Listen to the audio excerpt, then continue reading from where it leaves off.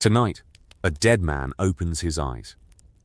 Not in the cold, not in the snow where the brothers of the Night's Watch left him bleeding from 6 wounds, their knives still warm with his blood, and their mouths still forming the words for the watch. Tonight a dead man opens his eyes in a warm bed in Winterfell, in a boy's body, in a room he hasn't slept in since the summer he left to join an order that would murder him for trying to do the right thing. Jon Snow died at Castle Black. Jon Snow woke at Winterfell. And the waking carried with it every memory the dying should have erased. The wall, the wildlings, the dead men walking south, the brothers who loved him, and the brothers who killed him. The Red Woman, and the fire, and the war that hadn't started yet, and the war that had never ended. Jon Snow was 14 years old, and Jon Snow had lived a lifetime. And the lifetime was the wait. And the wait was the question. What do you do when the gods give you back the world you lost? The knife. The last thing he felt, the last thing Jon Snow felt, was cold. Not the cold of the wall, not the familiar, grinding cold that lived in the ice and the wind and the permanent winter that the Night's Watch called home. This cold was different. This cold was internal. The cold that arrived when the blood left the body.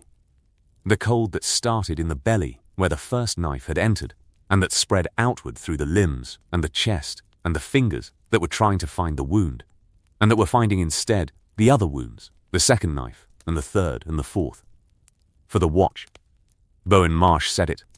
The first knife. Bowen Marsh, the man who counted the grain and the firewood, and who calculated the watch's survival in barrels and bushels, and who had calculated that Jon Snow's decision to let the wildlings through the wall was the decision that would destroy the watch. Bowen Marsh's calculation was correct. The watch could not feed the wildlings. The watch could not house the wildlings. The watch could not absorb 40,000 free folk into a fortress designed for 1,000 black brothers. The math said no. Jon had said yes. And the yes had cost. The cost arriving now, in the courtyard of Castle Black, in the form of Bowen Marsh's knife finding the space between Jon's ribs. For the watch. Wick Whittlestick. The second knife, lower, the belly, the gut, the soft place where the blade went deep. Wick, whose face Jon barely knew, whose name Jon had learned in the way that Lord Commanders learned names, through duty rosters and meal assignments and the bureaucratic machinery of command. For the watch. Or the watch. For the watch. Each knife a sentence. Each knife a vote. The brothers of the Night's Watch electing to remove their Lord Commander through the oldest method of removal, steel, applied to flesh. Applied repeatedly until the flesh stopped functioning and the commander stopped commanding. Jon fell. The snow caught him, the courtyard snow, packed and dirty. The snow that had been walked on by 1,000 black boots, and that was now receiving the Lord Commander's blood with the indifference that snow brought to everything. Snow did not care whose blood. Snow did not care whose body. Snow was snow, and the body was the body, and the blood was the blood, and the mixing was the ending. Ghost howled. Somewhere, locked in a cell, locked away by Jon's own order, because the direwolf sighs had been frightening the men, and frightened men were dangerous men, and dangerous men were, Jon almost laughed. Dangerous men were the men standing over him with bloody knives. Dangerous men were his brothers. Dangerous men were the watch. The cold reached Jon's heart. The cold reached Jon's heart, and the heart stopped, and the stopping was nothing. And then, everything. The boy. What the morning returned.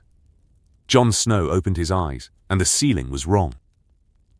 The ceiling was wood, dark wood, northern wood, the heavy beams of Winterfell's keep that Jon had stared at from his childhood bed 1,000 times before the wall and the watch and the wildings and the knives. The ceiling was Winterfell. The ceiling was home. The ceiling was impossible. Jon sat up. The movement was wrong. The body was wrong. The body was small, light, the body of a boy, not the body of a man who had spent years swinging a sword and walking the wall and carrying the weight that command put on the shoulders. Jon looked at his hands. The hands were smooth, unscarred, uncalloused. The hands of a boy who had practiced with a sword but who had not yet lived with one. The hands were 14 years old. Jon's breath came fast. His breath came as panic, the body's response to the mind's refusal, the physical manifestation of the impossible. Jon was in Winterfell. Jon was a boy. Jon was alive, not resurrected alive, not dragged back from death alive, not the uncertain, diminished alive that the Red Woman's fire might have produced. Alive, newborn again, into the body that Jon had left years ago. Jon put his feet on the floor. The stone was cold, Winterfell cold. The cold that the hot springs beneath the castle never fully defeated. The cold that Jon had grown up with, and that Jon's feet remembered even though Jon's mind was screaming that this was wrong. This was a dream. This was the final hallucination of a man dying in the snow. Jon stood. Jon walked to the window. Jon looked out at Winterfell. Winterfell, the towers and walls and courtyards that Jon had known since birth. The smoke from the kitchens, the sound of steel from the practice yard, Sir Roderick running the morning drills, the sound of boys learning to fight with wooden swords, the barking of dogs, the ordinary sounds of Winterfell in summer, the sounds that Jon had heard every morning of his childhood and that Jon had not heard since the morning he rode for the wall. Jon gripped the windowsill. The grip became his anchor, the physical act that kept Jon's mind from flying apart. The contact with stone that said, "This is real. This is stone. This is Winterfell, whatever this is. Dream, death, madness, miracle. The stone is real, and the cold is real, and the body is real, and the waking is real." A knock on the door. Jon. The voice was a girl's voice. A young girl's voice. "Jon, breakfast is. Are you awake?" Arya. The name hit Jon before the voice finished. Arya Stark, the little sister, the wild one, the girl with the sword and the wolf's blood. Arya who had been lost in Westeros, running, hiding, surviving. Arya who had gone to Braavos and become something that Jon didn't fully understand. Arya who was alive, here on the other side of his door. A child. "Jon?" Jon opened the door. Arya stood in the corridor. Arya at 9, small, dark-haired, the Stark look that people said she shared with Jon and with Lyanna. Arya at 9, before Needle, before King's Landing, before the Faceless Men, before the list. Arya at 9 was a girl in a dress that she hated with dirt on her knees and her hair already escaping the braid that someone, Sansa, probably, or old Nan, had put it in. "You look strange," Arya said. Jon looked at his little sister. Jon looked at the girl who was alive and young and whole, and who did not know what was coming, did not know about the butcher's boy, about Needle, about the darkness that waited. Jon looked at Arya, and Jon felt the grief arrive, the grief of a man seeing a ghost who didn't know she was a ghost, the grief of knowledge meeting innocence. "I had a bad dream," Jon said. "You look like you're still having it." Jon almost laughed. The almost was the closest Jon could come, the laugh trapped behind the grief, the humor blocked by the weight. Arya at 9. Arya alive. Arya with dirt on her knees and her hair falling out of its braid, and her face turned up toward Jon with the trust that little sisters gave big brothers.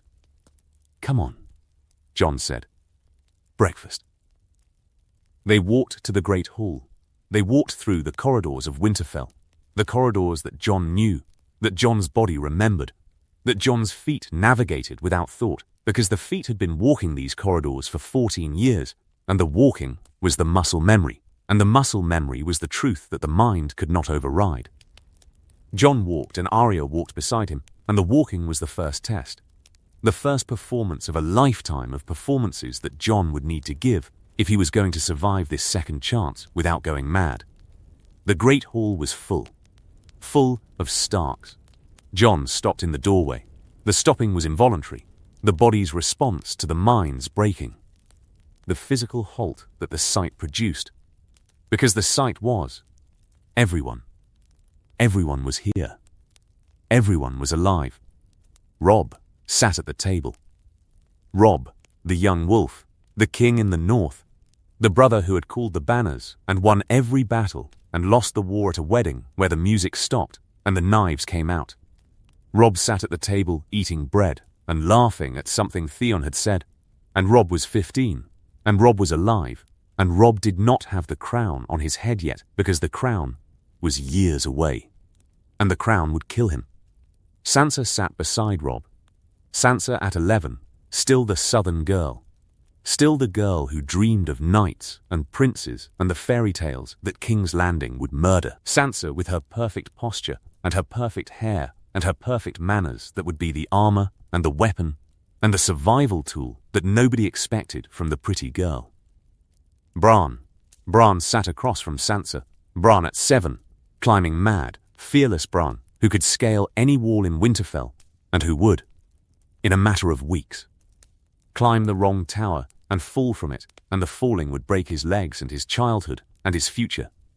Bran who would become something else, something ancient, something inhuman, something that Jon did not fully understand but that involved ravens and trees and a darkness beneath the earth. Rickon, 3 years old, in his high chair, throwing food at Shaggy Dog. No, not Shaggy Dog. There were no direwolves yet. Rickon was throwing food at the table because Rickon was 3, and 3-year-olds threw food, and the throwing was the normal behavior of a normal child in a normal castle that did not know what was coming. Theon Greyjoy sat beside Robb. Theon, the ward, the hostage, the boy who laughed too loud and smiled too wide, and who would betray every person at this table. Theon who would take Winterfell and burn it. Theon who would become Reek and who would lose his name and his fingers and his manhood. Theon who was sitting at the breakfast table making jokes that Robb laughed at. And at the head of the table, Ned Stark. Ned Stark. Father, uncle, the man who had lied to protect Jon since the day Jon was born. The man whose lie was the greatest act of love in the history of the Seven Kingdoms. The lie that said, "This is my bastard. This is my shame. This is the proof that I, Eddard Stark, the most honorable man in the North, broke my vows." The lie that saved Jon's life, because the truth that Jon was not Ned's son, but Rhaegar Targaryen's son. The truth that Jon was not a bastard, but a prince. The truth that Jon's mother was not some Dornish woman, but Lyanna Stark herself. The truth would have brought Robert Baratheon's hammer down on Jon's infant skull. Ned looked up. Ned saw Jon in the doorway. Ned's face did the Ned thing, the complicated thing, the flash of pain and love and guilt that Ned wore whenever he looked at Jon. The flash that Jon had spent his childhood interpreting as disappointment or shame, and that Jon now knew, with the knowledge that the future had given him, was the face of a man looking at his dead sister's son and being unable to say it. Jon, sit, eat. Jon sat.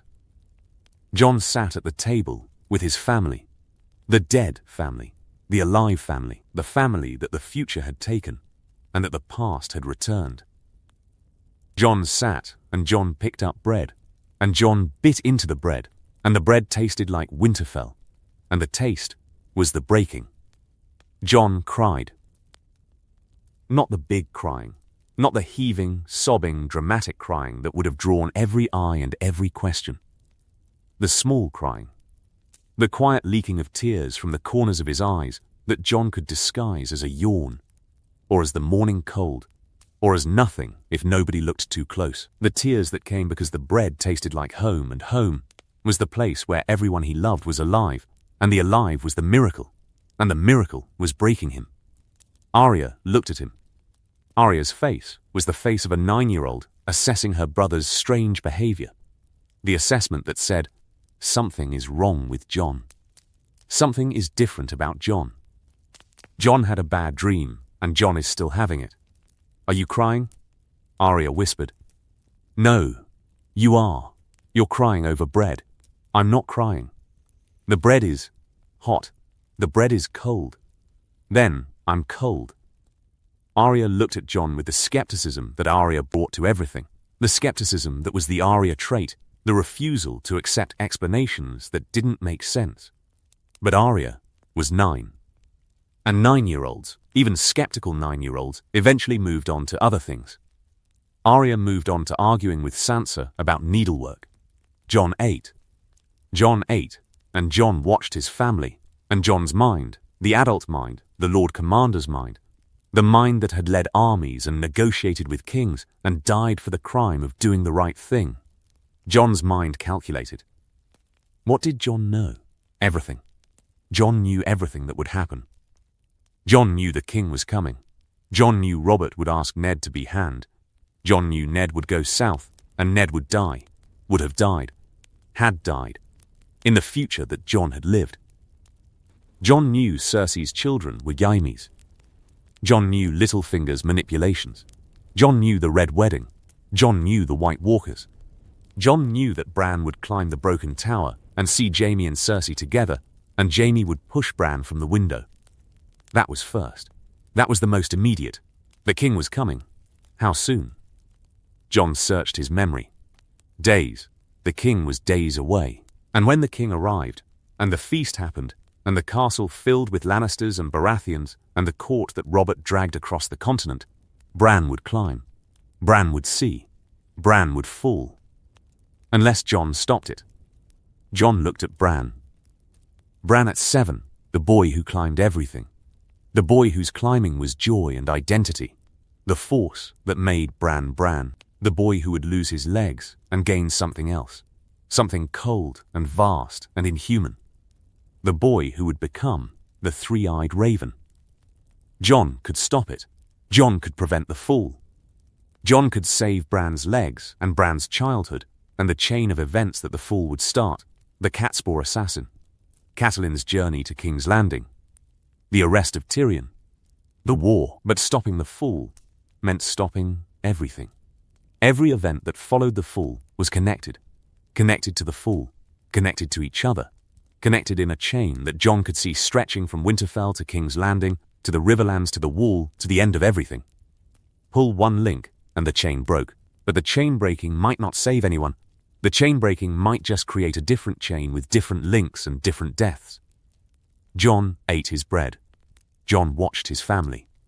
Jon made the first decision of his second life. Save Bran. Save the boy. Prevent the fall.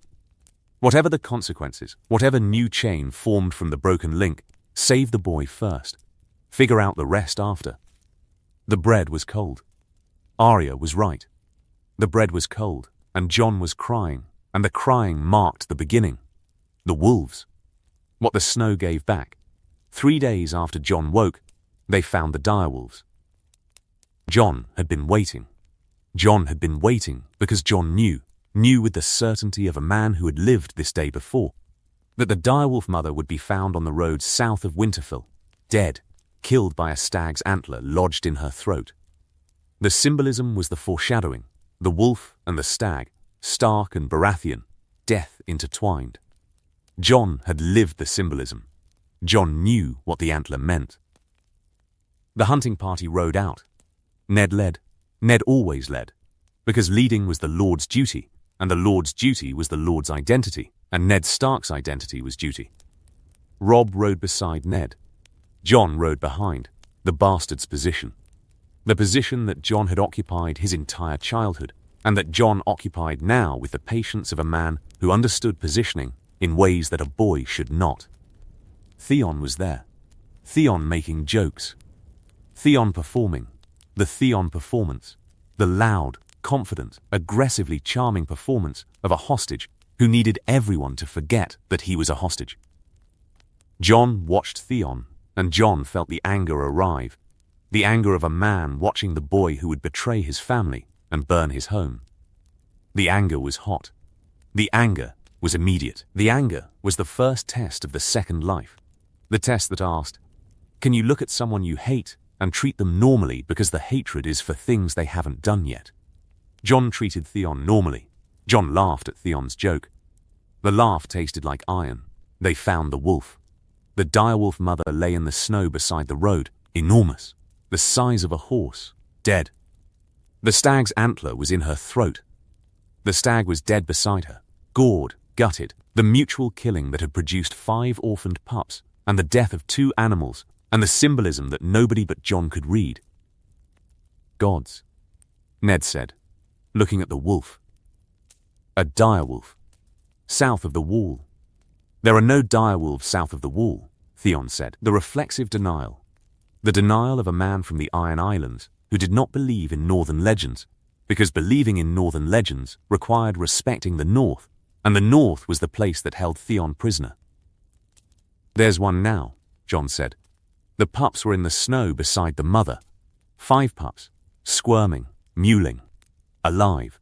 5 pups for 5 true-born Stark children. The arithmetic that Jon knew. The arithmetic that Jon had lived. 5 pups, Ned said.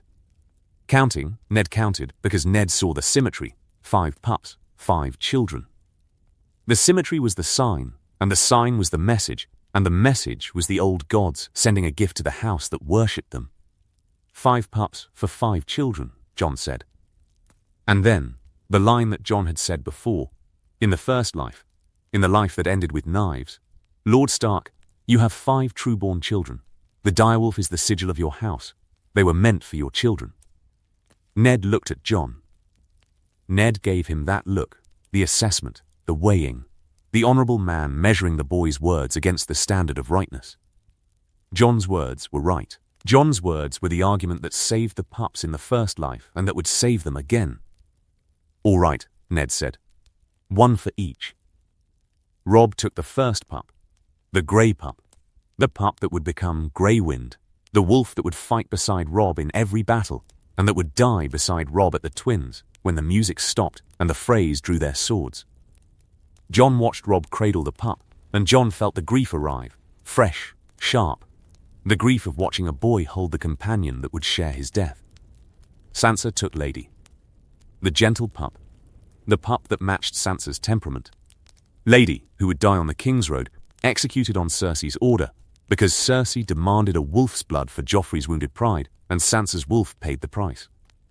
Jon watched Sansa coo at the pup, and Jon added it to the list of things to prevent, the list that grew longer with every passing hour.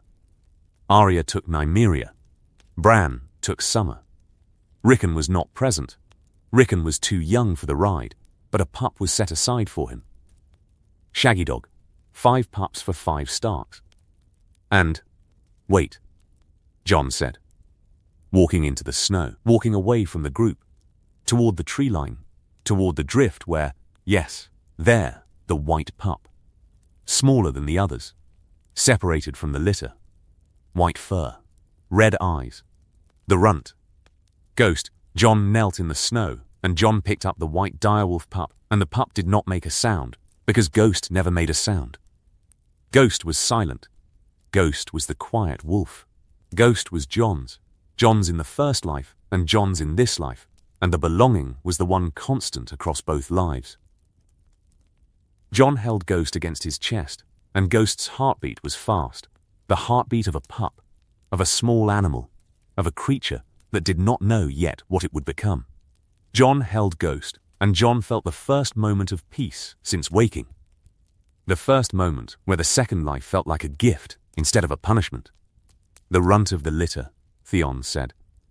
Behind Jon, the sneer, the Theon sneer that equated smallness with worthlessness, and worthlessness with bastardness. That one's yours, Snow. Yes, Jon said. Not rising to Theon's bait, not reacting to the insult, because the insult was nothing. The insult was a boy's cruelty, and Jon had been killed by men's cruelty, and the scale was different, and the difference made the insult invisible. Theon frowned. The frown was the confusion of a boy who expected his insult to land, and whose insult had passed through Jon without impact, like an arrow through fog. Jon was supposed to flinch. Jon was supposed to react. Jon was supposed to be the sensitive bastard who took every slight to heart. Jon was not doing any of those things, and the not doing was the wrongness, and the wrongness was noticed. You're different today, Theon said. Bad dream. Must have been one hell of a dream. Jon walked back to the group carrying Ghost. Jon walked past Theon and past Robb and past Ned, and Jon did not explain, and Jon did not elaborate, because explaining was the trap, and the trap was the attention, and the attention was the thing that Jon could not afford. Jon was a boy with a man's knowledge. The knowledge had to remain hidden. The hiding was the survival. The ride back to Winterfell was long. The ride was long because Jon's mind was working, calculating, planning, running through the timeline of events that Jon knew were coming, and that Jon had to either prevent or survive. The king was coming. Robert Baratheon was on his way to Winterfell with the queen and the prince and the entire court, and the arrival would start the clock. The clock that counted down to Bran's fall and Ned's departure, and the war that consumed everything.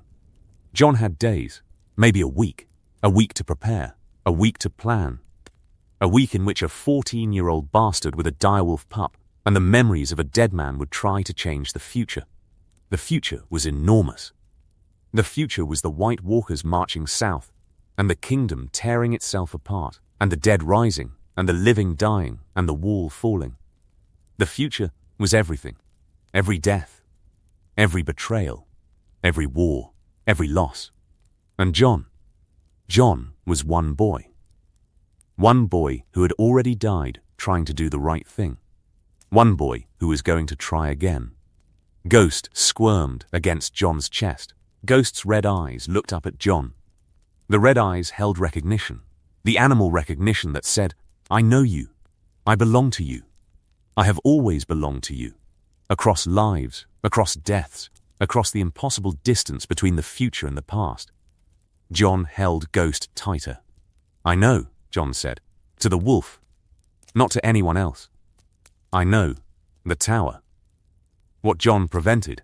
The king arrived on a Tuesday. Jon remembered the arrival. Remembered it with the double memory. The memory of a boy seeing the king for the first time, and the memory of a man seeing the king with the understanding of what the king's arrival meant. The double memory was the curse of the second life, every event seen twice, every moment carrying the weight of its past iteration and its future consequences. Robert Baratheon rode through the gates of Winterfell at the head of a column that stretched back half a mile. Knights and soldiers and wagons, and the court that travelled with the king, because the king could not travel without the court, and the court could not function without the king, and the dysfunction was the kingdom. Robert was fat. Jon had remembered Robert as large and loud and overwhelming, as kings were supposed to be, but memory had been generous. The reality was fat. Robert Baratheon was a fat man on a horse too good for him, wearing armor that had been expanded twice to accommodate the belly that wine and food had built over 17 years of sitting on a throne that Robert had won with a body that no longer existed. Behind Robert, the Queen. Cersei Lannister, golden, beautiful, contemptuous. Jon watched Cersei ride through the gates, and Jon felt the knowledge press against his skull, the knowledge of Cersei's children, of Jaime, of the incest that was the foundation of the royal succession, and whose revelation would start the war that would kill 100,000 men. Cersei rode through the gates of Winterfell, and Cersei did not look at the castle, or the Starks, or the North. Cersei looked at nothing, because Cersei considered the North beneath her gaze, and Cersei considered the North beneath her, and that consideration carried the contempt that defined her. Behind Cersei, the children.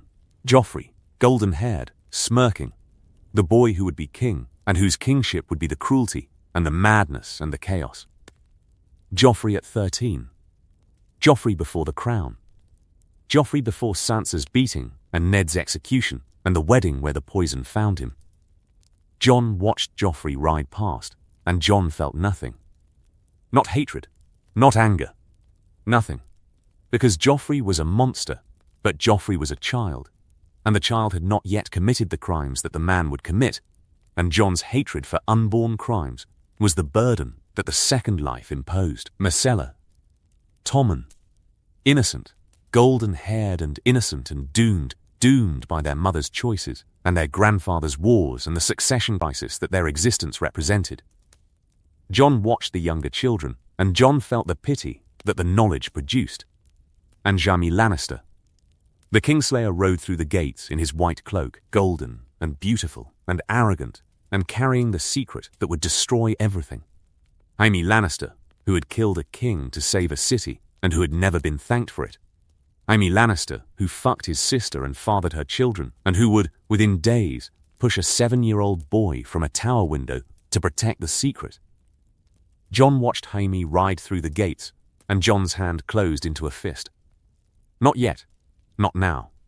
But soon, within days, Jaime and Cersei would find the broken tower, and Jaime and Cersei would use the broken tower for the purpose that Jaime and Cersei used every broken tower, and every empty room, and every moment of privacy. And Bran, climbing mad Bran, fearless Bran, Bran who could not resist a tower, Bran would climb, and Bran would see, and Jaime would push. Unless Jon prevented it. The feast happened. The feast was the performance of hospitality, of friendship, of the bond between Baratheon and Stark that Robert had travelled 1,000 miles to invoke. The feast was loud and drunk and full of the forced camaraderie that Robert demanded, and that Ned provided with the discomfort of a man performing a duty he did not enjoy. Jon watched from the lower tables. Jon watched from the bastard's position, the position that Catelyn enforced, the position that said, you eat with the household, not the family. You drink with the servants, not the lords. You sit where bastards sit, because sitting where bastards sit is the reminder, and the reminder is the punishment for the crime of existing. Jon did not mind. Jon did not mind, because the lower tables gave him the vantage of a man who had learned to watch from the margins. The Lord Commander had watched. The bastard had watched. Watching from the margins, the same skill, exercised from two different seats. Jon watched Robert drink. Robert drank with the dedication that Robert brought to every vice, fully, completely, with the total commitment that Robert had once brought to war, and that Robert now brought to self-destruction. Robert drank, and Robert ate, and Robert laughed, and Robert grabbed serving girls, and Robert did all the things that Robert did, and Jon watched, and Jon saw what he had not seen the first time. The sadness beneath the performance, the sadness of a man who had won a kingdom and lost the woman he fought it for, and who had spent 17 years trying to fill the absence with wine, and the wine had not filled it. Jon watched Ned. Ned sat beside Robert, the old friends, the war brothers, the foster brothers from the Eyrie. Ned sat beside Robert, and Ned smiled the Ned smile, the small smile, the reserved smile, the smile of a man who loved his friend, but who did not enjoy his friend's company, because his friend's company involved drinking and whoring, and the crudeness that Ned tolerated, because tolerance was the duty of friendship. Jon watched Cersei. Cersei sat at the high table, and Cersei's face was the mask, the beautiful mask, the Queen's mask, the mask that showed nothing because showing was weakness, and weakness was death. Cersei's mask was excellent. The mask would have fooled anyone. The mask did not fool Jon, because Jon had seen behind it, had seen the desperation, the cruelty, the maternal ferocity that Cersei deployed in defense of children who were not the king's children. The mask was perfect. The person behind the mask was the danger. Jon watched Jaime. Jaime leaned against a wall, not seated, not eating, standing apart with the casual arrogance that Jaime wore like his white cloak. Jaime watched the room with the assessment of a warrior, the assessment that identified exits and threats, and the positioning of armed men. Jaime was not eating, because Jaime did not eat at feasts where Jaime was working, and Jaime was always working because the Kingsguard was always working. Jon watched, and Jon waited, and Jon planned. The feast lasted hours. The feast lasted until Robert was too drunk to sit, and Ned was too polite to leave, and the serving girls had refilled the cups 100 times, and the music had played every song twice.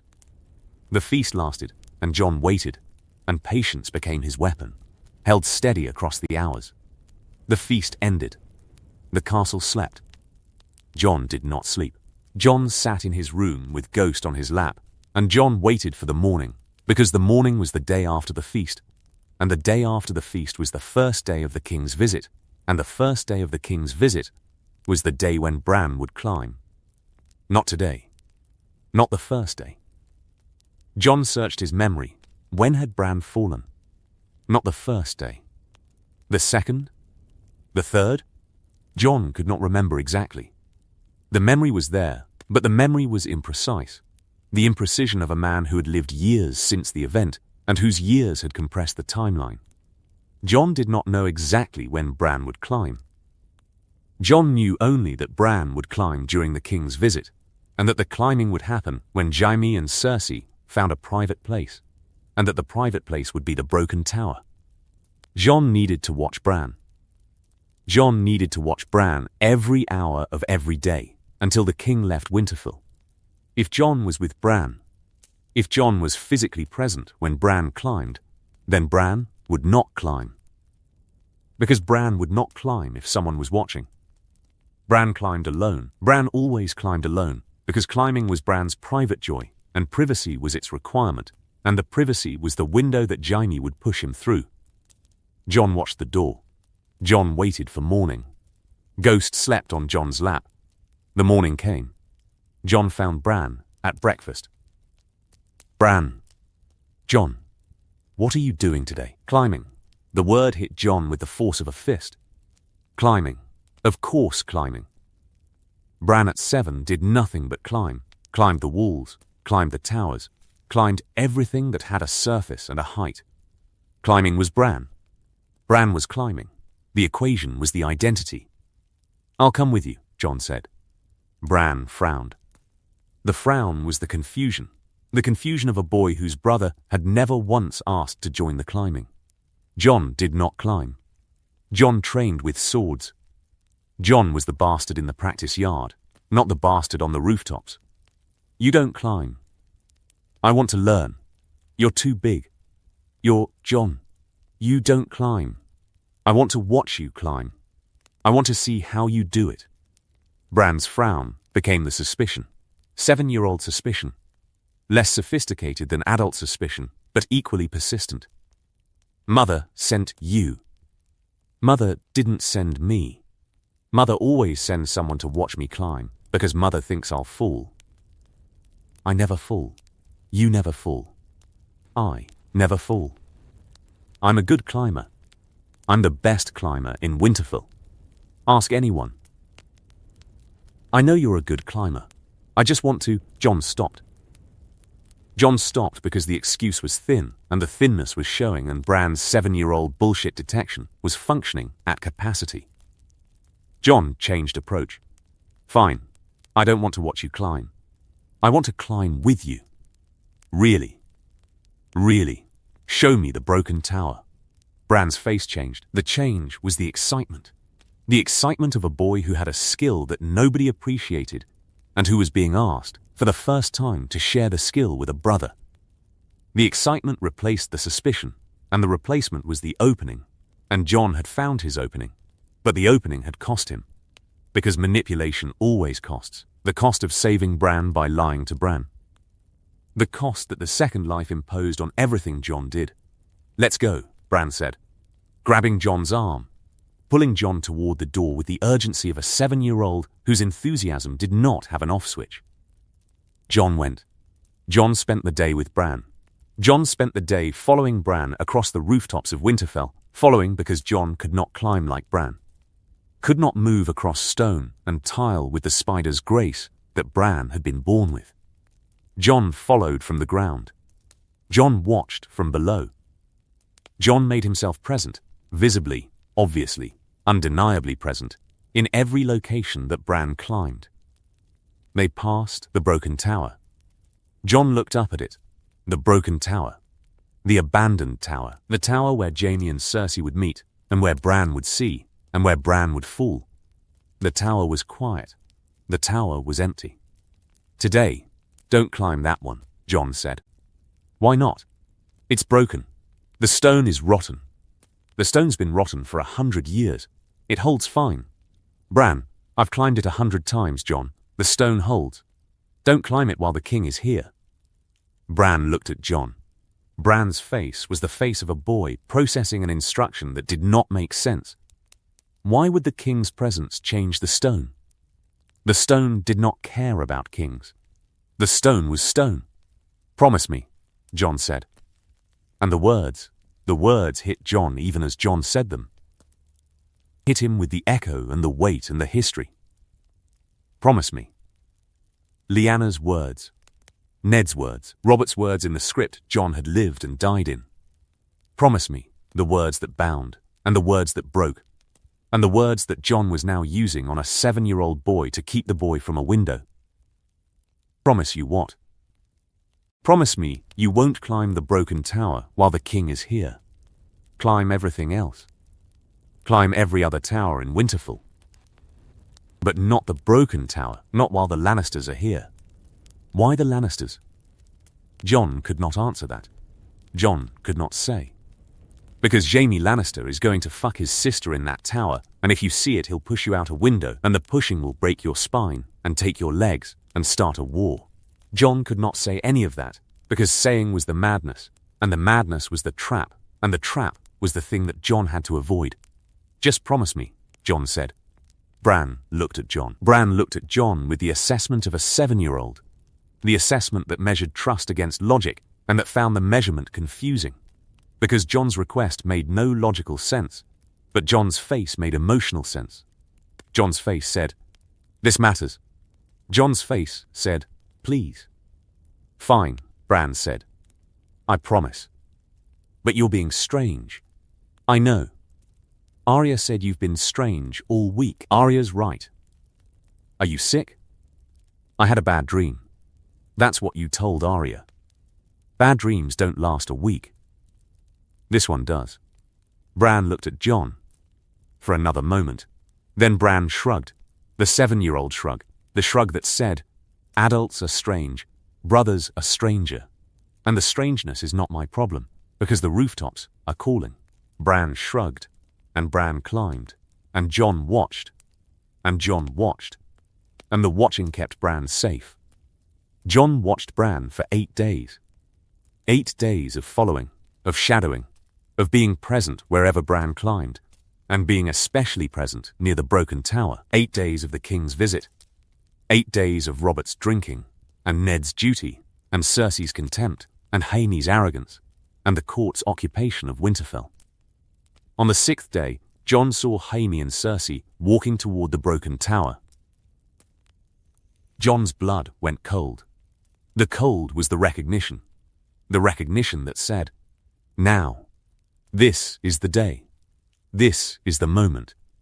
Jaime and Cersei are going to the tower, and if Bran is climbing..." Jon ran. Jon ran through the courtyard and through the corridors, and Jon found Bran in the godswood, sitting by the heart tree with Summer. No, not Summer. Not yet.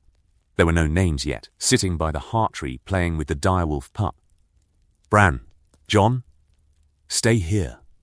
"I was going to..." "Stay here. Stay in the godswood. Don't leave until I come back." Bran looked at Jon. Bran's face was the face of a boy receiving an order from a brother who had no authority to give orders, and whose ordering was the strangeness, and the strangeness was becoming a pattern. "Jon, please. Bran, stay." "I'll explain." Jon stopped.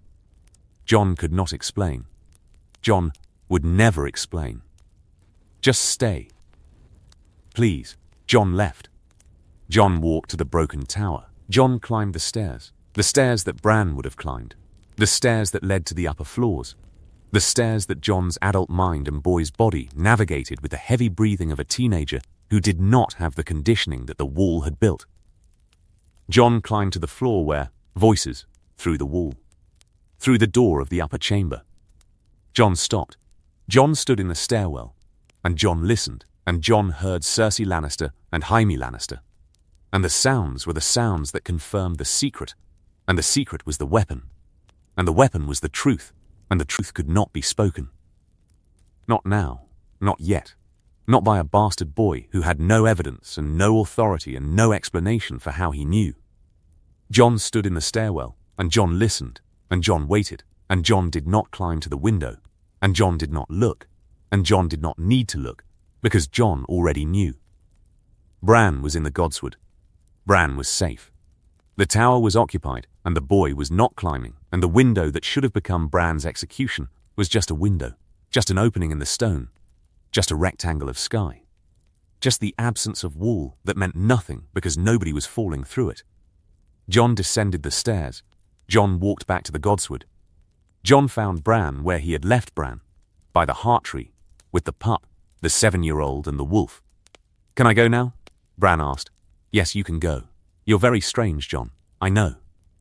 Bran left. Bran went to climb something else, not the broken tower, because Bran had promised, and Starks kept promises. Bran went to climb something safe, and Jon stood in the godswood alone, and Jon looked at the heart tree, the weirwood, the white bark and the red leaves, and the carved face that wept red sap. And Jon felt the relief arrive. Relief. The relief of having done it. The first change. The first intervention. The first alteration of the timeline that Jon knew. Bran would not fall. Bran would keep his legs. Bran would be Bran, not the three-eyed raven, not the broken boy in the chair. Bran, whole, climbing, alive. The relief lasted 3 heartbeats. Then the consequences arrived. Because without Bran's fall, no Catspaw assassin. Without the Catspaw, no Valyrian steel dagger linked to Tyrion Lannister. Without the dagger, no Catelyn riding south to warn Ned. Without Catelyn's warning, no arrest of Tyrion. Without the arrest, no Tywin's attack on the Riverlands. Without the Riverlands burning, different alliances, different timing, different war. Jon had pulled one link from the chain. The chain was breaking, and the pieces were falling in directions that Jon could not predict. Jon stood in the godswood and looked at the weirwood face, and the face looked back. Red-eyed, weeping, ancient, the face knew things. The face had watched 8,000 years of history from this spot, and the face was not telling, and the not telling was the gods' cruelty, because the gods gave the trees eyes, and the trees mouths, and the trees wept instead of speaking. "Help me," Jon said, "to the tree, to the gods, to whatever force had sent him back. Help me, because I don't know what I'm doing." The tree did not answer. The gods did not answer. The wind moved the red leaves, and the leaves made the sound that leaves made, and the sound was not an answer. Jon was alone with his knowledge. Jon was alone with the future. Jon was alone with the weight, and the weight was the choice, and the choice was, what next? What next was the king's offer. What next was Robert asking Ned to be hand. What next was Ned going south.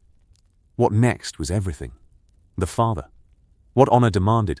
Robert asked Ned to be hand of the king on the 3rd day. Jon knew it was coming. Jon had known it was coming since the moment Robert rode through the gates, had known that the visit was not the visit. That the friendship was the excuse, and the excuse was the offer, and the offer was the trap. Robert had not ridden 1,000 miles to see an old friend. Robert had ridden 1,000 miles to find someone stupid enough and honorable enough to run a kingdom that Robert did not want to run. Jon heard about the offer from Robb. Robb found Jon in the practice yard. Robb excited, flushed, bursting with the news, because Robb at 14 was still a boy who thought kingship was glory, and the handship was an honor, and the honor was the goal. Father's going to be hand of the king. Jon put down his practice sword. Jon looked at Robb. Robb alive, Robb whole. Robb with his auburn hair, and his tully eyes, and his mother's coloring, and his father's honor, and the combination that would kill him. Jon looked at Robb, and Jon saw the red wedding. Jon saw the crown nailed to Robb's skull. Jon saw Grey Wind's head sewn to Robb's shoulders, and Walder Frey's laughter, and Roose Bolton's knife, and the rain on the twins, and the blood on the floor, and... Jon, did you hear me? I heard you. Isn't it wonderful? No, Robb's face fell. The falling was the confusion of a boy encountering a reaction he had not anticipated. The expectation of shared joy, meeting the wall of Jon's refusal and cracking against it. What do you mean, no? The hand of the king. It's the second most powerful position in. I know what it is. Then, why? Ask father how Jon Arryn died. The name stopped Robb. Jon Arryn, the last hand. The man who had raised Ned and Robert. The man who had died in King's Landing under circumstances that no one discussed and everyone suspected. Jon Arryn's death was the reason Robert needed a new hand. Jon Arryn's death was the warning that nobody was reading. He died of a fever, Robb said. He died in King's Landing. Ask father about the fevers in King's Landing. You're being strange again. I'm being honest. Arya says you've been strange since before the king arrived. According to her, you cry at breakfast. Arya watches too closely. Mother says you've been. Robb stopped. Mother, Catelyn. The word Robb did not say in front of Jon, because the word was the wall between them. The thing that said Robb was Catelyn's son, and Jon was not, and the not being shaped every conversation. What does Lady Stark say? Your stepmother mentioned. Well, she didn't finish. She told father she's concerned. Jon filed that information. Catelyn noticed.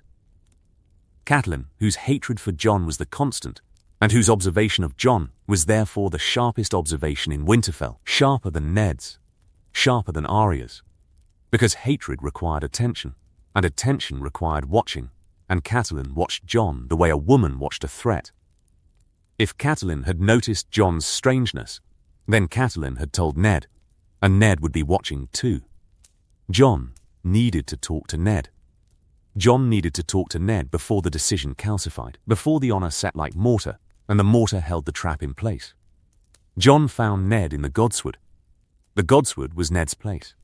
The Godswood was where Ned went to think, to pray, to remember, to sit beneath the heart tree and commune with whatever Ned communed with. The old gods. The dead. The promises that the dead had extracted and that Ned carried like stones in his chest. Ned sat before the weirwood. Ice lay across his knees, the greatsword, the Valyrian steel blade that was the symbol and the duty and the inheritance that Ned had not expected, and had received only because Brandon died, and the dying had made Ned lord. Father. Ned looked up. Ned's face, the long face, the Stark face, the face that Jon shared because Jon was Ned's blood even if Jon was not Ned's son, and the face proved it. Ned's face showed the weight. The hand's weight. The weight of Robert's offer sitting on Ned like the snow sat on Winterfell, heavy, accumulating, inevitable. Jon. I heard about Robert's offer. From Robb. From Robb, who heard it from Robert. Robert told the whole bloody castle. Ned's voice carried the irritation of a man whose private business had become public before the private man had processed it. Robert announced it at dinner, before I'd given my answer. Which means he knows you'll say yes. Ned looked at Jon. Ned held him with the long look, the stark look, the look that measured words against the face that spoke them, and weighed the face against the character behind it. I haven't decided. You've decided. You decided when he asked. You decided before he asked. You decided 20 years ago at the Eyrie, when Robert became your brother and you became his. Because Robert asks and Ned Stark says yes. Because saying no to Robert is the thing you've never learned. Silence, the Godswood silence, the silence of leaves and water and ancient wood and the gods who listened without speaking. You're bold today, Ned said. I'm scared today. Scared of what? King's Landing. You've never been to King's Landing. I don't need to go to know what it is. It's where Jon Arryn died. It's where Brandon and Rickard died. It's where Starks go and don't come back. Ned's face changed. The change was the pain. The Brandon and Rickard pain. The old pain. The pain that lived in Ned's bones like winter lived in the north. Jon had hit the nerve. Jon had aimed for the nerve and found it because Jon knew where Ned's nerves were. That was different. That was the Mad King. Was it different? Or was it the same thing wearing a different crown? King's Landing kills the men who go there honest. Jon Arryn went there honest, and Jon Arryn died. You would go there honest, and you would. Enough. The word cut. Ned's word. Lord Stark's word. The word that ended conversations, because the word came from the place where Ned stopped being father and started being lord. Jon, you are my son. You are 14 years old. I value your concern. But you do not tell me where to go and where not to go. I'm not telling you. I'm asking you. Stay. Robert needs me. The North needs you. The North has survived without Starks before. No, it hasn't. Name the time the North survived without a Stark in Winterfell. Name it. Ned, could not name it. Ned could not name it, because there was no time. Because Starks had held Winterfell for 8,000 years, and 8,000 years of Starks had held the castle, and that continuity defined the North, and the North without a Stark was the sentence that the history refused to write. Rob, Ned began. Rob is 14. Rob is a boy. You would leave a boy to hold the North, while you go south to hold the hand of a king who holds nothing but a wine cup. You would leave your family, I would take the girls. The words hit Jon with the second impact, the knowledge impact, the impact of knowing what take the girls meant. Sansa in King's Landing. Sansa and Joffrey. Sansa and the beatings. Sansa and the stripped in court, the stripped before knights. The Kingsguard holding her while Joffrey smiled. Arya and the Hound. Arya and the blindness and the list and the kills. And the faceless men. And the girl who became no one because her father lost his head. Don't take the girls. Jon, don't take the girls to King's Landing. Don't take Sansa. Don't take Arya. Don't, Jon, enough. Ned stood. Ice rose with him, the sword catching the light that filtered through the red leaves, the Valyrian steel gleaming with the dark sheen that Valyrian steel carried. I understand you're worried. I understand you've had. Ned paused. Cat tells me you've been having nightmares. Not nightmares. Cat told me you wake crying. That you cry at meals. That you look at your brothers and sisters as if you're seeing them for the last time. Jon said nothing. Jon said nothing because the truth was worse than nightmares. The truth was memory, and memory was the thing that dreams could not match. Because dreams ended when you woke, and memory continued forever. Are you afraid I'll leave you behind? Ned asked. And the question carried the gentleness, the father's gentleness. The gentleness of a man who believed he grasped his son's fear, and who was so wrong that the wrongness was its own kind of tragedy. I'm afraid you won't come back. Ned looked at Jon. Ned looked at Jon for a long time, the long look again, the Stark look. The look that Jon knew from both sides now, because Jon had given that look, and Jon had received that look, and the look said, I see you, and I see something I don't understand, and the not understanding worries me. I will come back, Ned said. You can't promise that. I can. I do. I will go to King's Landing. I will serve Robert. I will come back.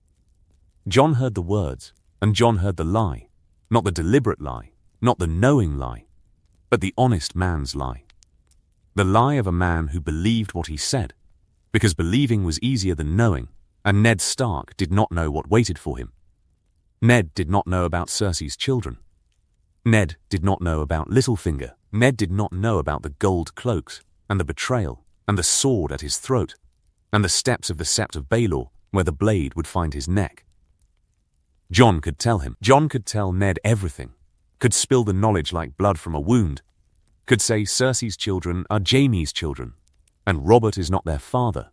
And when you discover this truth, Cersei will have you arrested, and Littlefinger will betray you, and Janos Slynt will turn the gold cloaks, and Joffrey will take your head. Jon could say all of it. But Ned would not believe it. The words would sound like madness.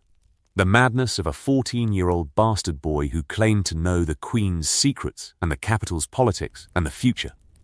Ned would hear madness. Ned would hear the nightmares talking. Ned would hear the strangeness that Catelyn had reported, and the crying that Arya had witnessed, and the behavioral change that everyone in Winterfell had noticed, and Ned would conclude, the boy is ill. The boy needs a maester. The boy needs rest. Jon could not tell the truth, because the truth was unbelievable. Then, I'm going with you, Jon said. Ned stared. To King's Landing? To King's Landing. Jon, you're meant to ride for the Wall. Your Uncle Benjen, I've changed my mind about the Wall. Changed your mind. You've talked about the Night's Watch since you were 10 years old. You've wanted to take the Black since I don't want to take the Black anymore. The silence that followed was the deep silence, the Godswood silence. The silence of ancestors watching from the wood and the water and the carved white face of the heart tree. Ned stared at Jon, and Jon stared back, and the stare became a contest. The contest between a father's authority and a son's desperation. And the desperation was winning. Because desperation always beat authority when the desperate man knew what the authority did not. Why? Ned asked. Because you need someone in King's Landing who sees what you don't see. I see well enough. You see honor. You don't see treachery. You don't see the knife behind the handshake, the poison in the cup, the lie inside the truth. You see men as they present themselves, and you trust the presentation. Because trust is the Stark way, and the Stark way will get you killed in enough. The word echoed. The godsword absorbed it as the godsword absorbed everything, as the trees drank sound and held it in the wood and the leaves and the roots that went down into the dark earth where the dark things lived. Ned's face was the storm, the anger, the Stark anger, the cold anger, the anger that did not shout but froze, the anger that said, "You have overstepped, and the overstepping is the offense, and the offense is the breach." "You presume," Ned said. "You are a boy.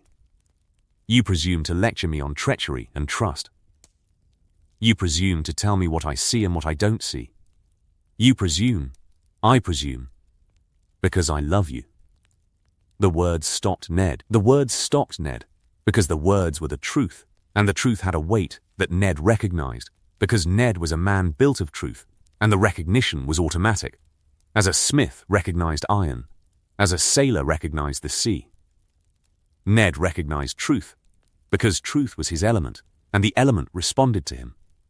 "I know," Ned said. The anger draining, the storm passing, the Stark anger, cold but brief, fierce but contained. "I know you do. Then let me come. You're a bastard, Jon, in King's Landing. I know what I am in King's Landing. I know what I am everywhere. Let me come." Ned looked at Jon.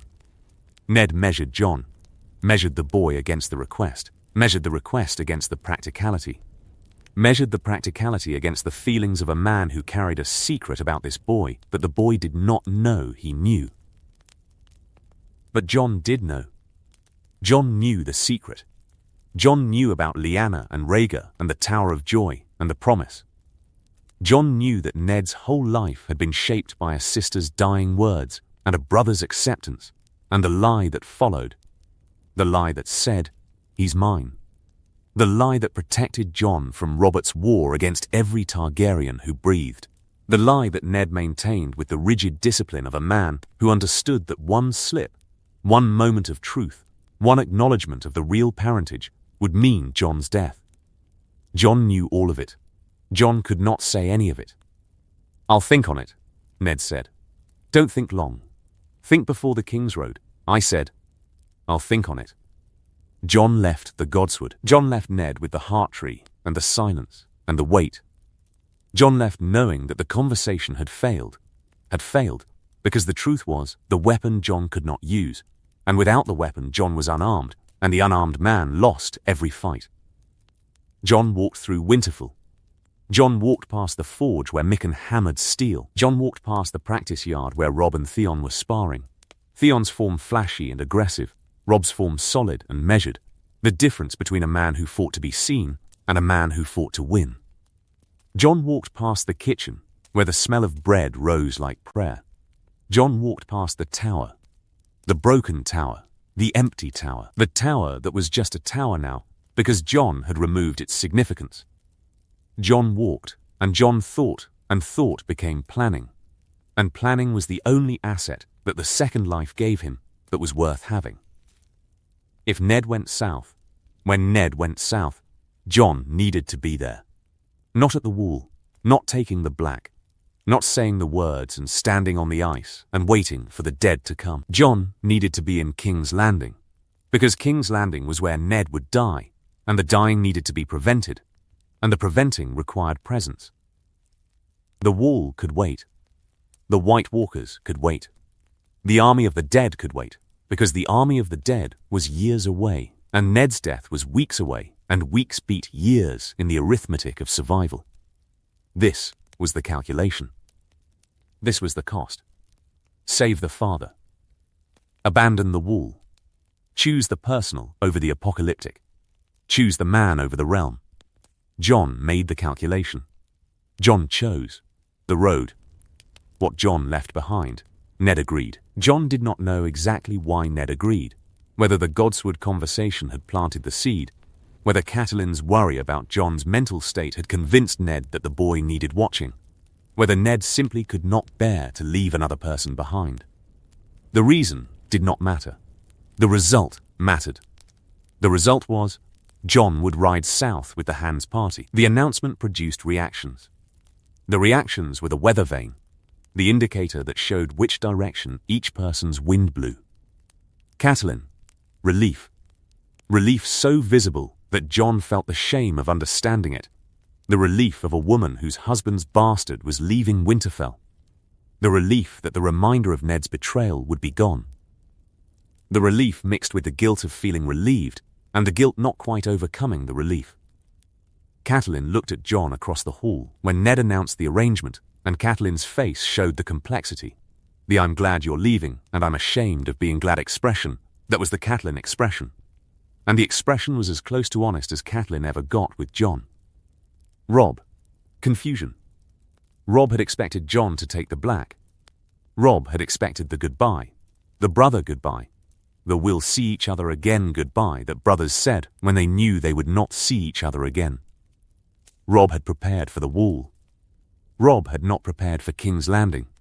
"You hate courts," Robb said. "I do." "You hate Southerners." "I do." "You've wanted the wall since." "I changed my mind." People don't just change their minds about the Night's Watch. This person did. Robb looked at Jon with the look of a brother who knew he was not getting the full story, and who resented the incompleteness, because brothers shared things, and the not sharing was the breach. Jon saw the resentment. Jon felt the resentment. Jon could not fix the resentment, because fixing required explaining, and explaining required truth, and truth was the luxury that the Second Life had revoked. Arya. Devastation. Arya had planned for the wall too. Arya had planned to visit, had planned to ride north, had planned the little sister adventures that Arya planned for everything. King's Landing was different. King's Landing was south, and south was wrong for Starks, and Arya knew it with the instinct that Arya had for wrongness. The instinct that would one day make her a killer and a survivor and a girl who wore faces like other girls wore ribbons. "Take me with you," Arya said. "You can't come. Father's taking Sansa. Why can't he take me?" "Father's not taking Sansa." He said he's taking Sansa. Jon went cold. Ned was taking Sansa. Despite everything Jon had said, despite the Godswood, despite the warning, despite the raw desperation in Jon's voice, Ned was taking Sansa south. Ned was taking his daughter to the court where his daughter would be stripped and beaten and used and broken. Jon found Ned. Jon found Ned in the solar with maps and letters and the apparatus of a man preparing to leave his home and run someone else's kingdom. "You're taking Sansa. She's betrothed to Joffrey. Break the betrothal. Jon, break the betrothal. Robert will understand. Tell him Sansa is too young. Tell him Sansa wants to go. Sansa wants to be queen. I cannot. She's 11. She doesn't know what she wants. She wants songs and stories and princes, and she doesn't understand that the prince is." Jon stopped. Jon stopped, because the next word was monster, and the word after that was abomination, and the word after that was James' son, and the words would ruin everything. "The prince is what?" Ned asked. "Not what she thinks. You've met Joffrey for 3 days. You cannot judge. I can judge. I have judged. The boy is cruel. Watch him with animals. Watch him with servants. Watch what he does when he thinks nobody's watching. The cruelty isn't hidden. It's just small. Small enough that men mistake it for boyhood. It isn't boyhood. It's the beginning." Ned looked at Jon. Ned's face was the uncomfortable face. The face of a man hearing truth he did not want to process from a source he could not credit. A bastard boy of 14 judging the Crown Prince based on 3 days of observation. The judgment sounded absurd. The judgment was accurate. The accuracy was the problem. because accuracy from an impossible source was indistinguishable from madness. "I'll watch the boy," Ned said. "If I see cause, you'll see cause. Then I'll act." "But Sansa goes." Robert asked for the match. "Breaking it now would insult the crown before I've even taken the position." Jon had lost. Jon had lost Sansa to the Onomath, the calculation that said insulting the king before the handship begins costs more than the risk of a bad match. The calculation was wrong. The calculation was catastrophically wrong. But the calculation was Ned's calculation, and Ned's calculations were made of honor, and honor did not bend. "Take Arya too," Jon said. "What? If you're taking Sansa, take Arya." "Arya will." Jon searched for words that would not sound insane. "Arya will need to be near family. If things go wrong, Arya will need someone who isn't." Jon paused. "Arya will go mad in Winterfell without you, and without me, and without anyone to practice swords with. Take her." "Arya doesn't want. Arya wants whatever Arya wants, and what Arya wants changes every hour, but the one constant is, Arya wants to be where the action is." "Take her." Ned considered this. Ned weighed it, the father's weight, the Lord's weight, the weights in balance. Jon watched the weighing, and Jon knew the result before Ned announced it, because Jon knew Ned the way water knew the riverbed, completely, intimately, with the erosive certainty of a thing that had traveled the same path for years. "I'll take both girls," Ned said, "and 20 household guard. And Jory. Jory. Jory Castle, the captain of the household guard, the loyal man, the dead man. Jory would die in King's Landing. Jory would die because Jaime Lannister would put a knife through Jory's eye in the street, and the knife would kill Jory, and the killing would be one of the 100 small killings that King's Landing produced and consumed and forgot. Jon could not save Jory. Jon could not save everyone. The second life did not permit universal salvation. The second life permitted choices, and choices meant abandoning some people to save others, and the abandoning was the cruelty that survival imposed. "And me," Jon said. "And you. Gods help me. And you." The departure happened 3 days later. Jon stood in the courtyard of Winterfell, and Jon looked at everything, looked at the grey walls, and the granite towers, and the glass gardens, and the smoking chimneys, and the gate, and the yard, and the people. Jon looked at Winterfell the way a man looks at a place he may never see again. And the looking was the grief, because the grief was the knowledge, and the knowledge said, "This is the home, and the home is the thing you're leaving, and the leaving might be forever." Bran was there. Bran with his legs, whole, unbroken, climbing mad Bran with both legs working, and both legs strong, and both legs carrying him across the courtyard where he ran and jumped and climbed everything within reach. Bran alive and whole because Jon had kept him from the tower, and the keeping had been the first victory, and the victory had been worth everything. "Goodbye, Jon. Goodbye, Bran. Climb everything. I always climb everything. I know. Keep climbing." Robb was there. Robb with Summer, the direwolf pup, growing fast, growing strong, growing into the predator that the genetics demanded. Robb held Jon by the shoulders, the brother's grip, the grip that said, "We are brothers, and the brotherhood does not diminish with distance." "Come back," Robb said. "I'll come back. Swear it." "I swear it." The oath rang false. Jon did not know if he would come back. Jon did not know what King's Landing would produce, what the changes would create, what the altered timeline would generate. Jon had changed Bran's fate. Jon was changing Ned's circumstances. The changes were ripples, and the ripples were spreading, and the spreading meant chaos, and the chaos meant unpredictability, and the unpredictability meant that Jon's oath was a hope dressed in the clothing of certainty. Rickon was there. Rickon at 3, small, wild, not yet the feral boy who would hide on an island of cannibals and die for Ramsay Bolton's arrow. Rickon at 4 was still a baby, still the youngest, still the one who understood departure only as the absence of faces at the table. Theon was there. Theon with the smile, the Theon's smile. The smile that showed teeth, and showed confidence, and showed the performance that Theon put on for the Winterfell audience. Because the Winterfell audience was the only audience Theon had. Theon smiled at Jon's departure, because Theon smiled at anything that reduced the competition for Stark attention, and Jon's departure meant one fewer rival for the scraps of family that Theon collected and hoarded. "The bastard goes to court," Theon said. "That should be entertaining." Jon looked at Theon.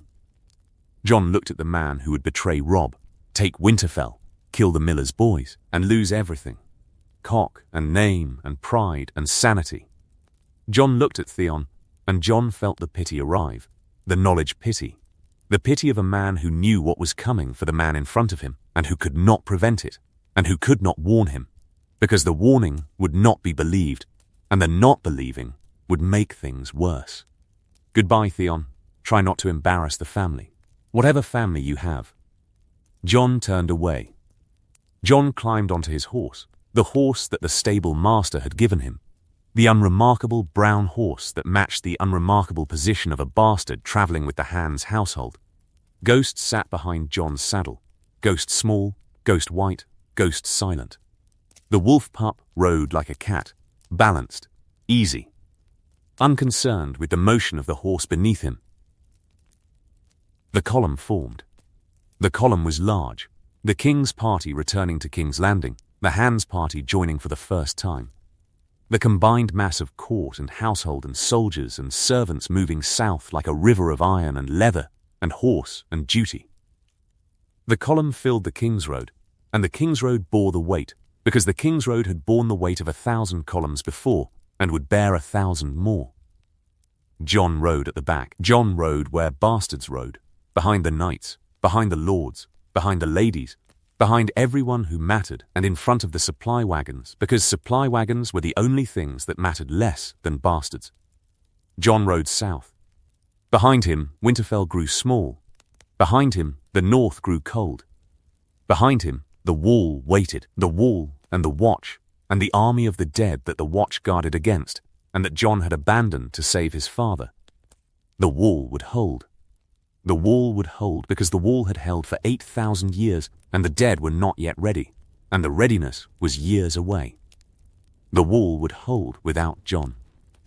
The wall would hold without the Lord Commander, who had not yet become the Lord Commander, and who might never become the Lord Commander because this Jon, this second Jon, this Jon with knowledge, was riding south instead of north.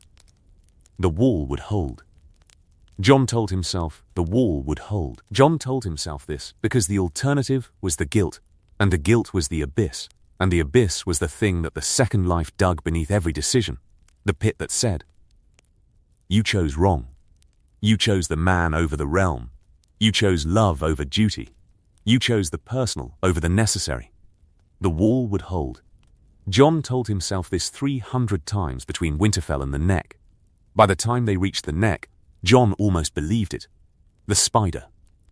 What the shadows noticed. King's Landing smelled like shit. Jon remembered the smell from descriptions, from Tyrion's descriptions, from soldiers' descriptions, from the 1,000 men who had passed through Castle Black carrying the scent of the capital on their clothes and in their stories. But descriptions had been inadequate. Descriptions had been kind. The reality was, King's Landing smelled like 500,000 people living on top of each other with inadequate sewers and insufficient water, and the combination of heat and waste and humanity producing a stench that climbed into the nose and refused to leave. Ghost pressed against Jon's leg. Ghost's nose twitched, the wolf processing the assault, cataloguing the smells, separating the useful from the overwhelming. Ghost did not like King's Landing. Ghost communicated this through the bond, the wordless bond, the wolf bond, the connection that Jon understood now in ways that the first Jon had never learned, because the first Jon had sent Ghost away at the wall, and the sending had been the mistake, and the mistake had cost Jon the wolf's warnings when the knives came. Jon would not send Ghost away again. Jon would keep Ghost close. Always, the Red Keep sat on Aegon's hill like a crown on a skull, massive, red-stoned, dominating the city with the authority of 300 years of Targaryen construction and 17 years of Baratheon occupation. The Red Keep was the seat of power, and the seat looked like what it was, a fortress pretending to be a palace, a weapon disguised as a home, a cage dressed in silk. Jon entered the Red Keep with Ned's household. Jon entered as the Hand's bastard, a position so low that it barely registered, so insignificant that the courtiers who tracked every arrival and departure from the castle did not bother tracking Jon. The bastard was furniture. The bastard was background. The bastard was nobody. Jon intended to use that. The first 3 days were orientation. Ned settled into the Tower of the Hand. The girls, Sansa and Arya, settled into their rooms. The household unpacked, arranged, organized. Ned met with the small council. Jon was not present for the small council meetings because bastards did not attend small council meetings, and the not attending was the protocol, and the protocol was the barrier. Jon used the 3 days. Jon mapped the Red Keep, walked every corridor, memorized every staircase, counted every guard position. Jon identified exits and entrances, and blind spots and passages. Jon did this with the discipline of a man who had commanded Castle Black and who understood fortifications the way a maester understood books, through study, through obsession, through the accumulation of details that individually meant nothing and collectively meant survival. On the 4th day, Varys found Jon. Varys did not announce himself. Varys did not introduce himself. Varys appeared the way Varys appeared everywhere, materializing from the shadows like condensation forming on cold stone. One moment, Jon was alone in a corridor. The next moment, Varys was beside him, soft, round, perfumed, smiling the Varys smile that contained nothing and meant everything. The Hand's son, Varys said. Or should I say, the Hand's natural son.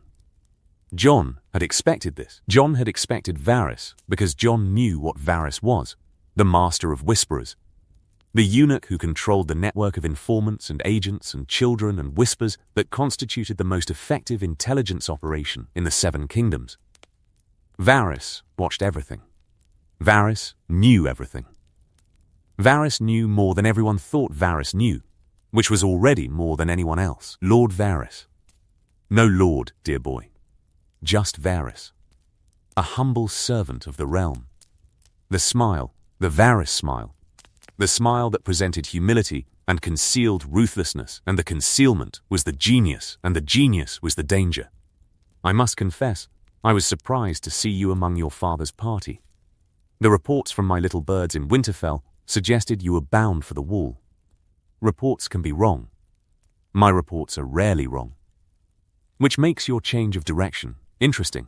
A young man who has dreamed of the Night's Watch since childhood suddenly decides that King's Landing holds more appeal than the Wall? That is the kind of inconsistency that my profession trains me to notice. Your profession. My profession. Which is noticing. Noticing the things that other people overlook. Noticing the patterns, the breaks in patterns, the anomalies. You, Jon Snow, are an anomaly.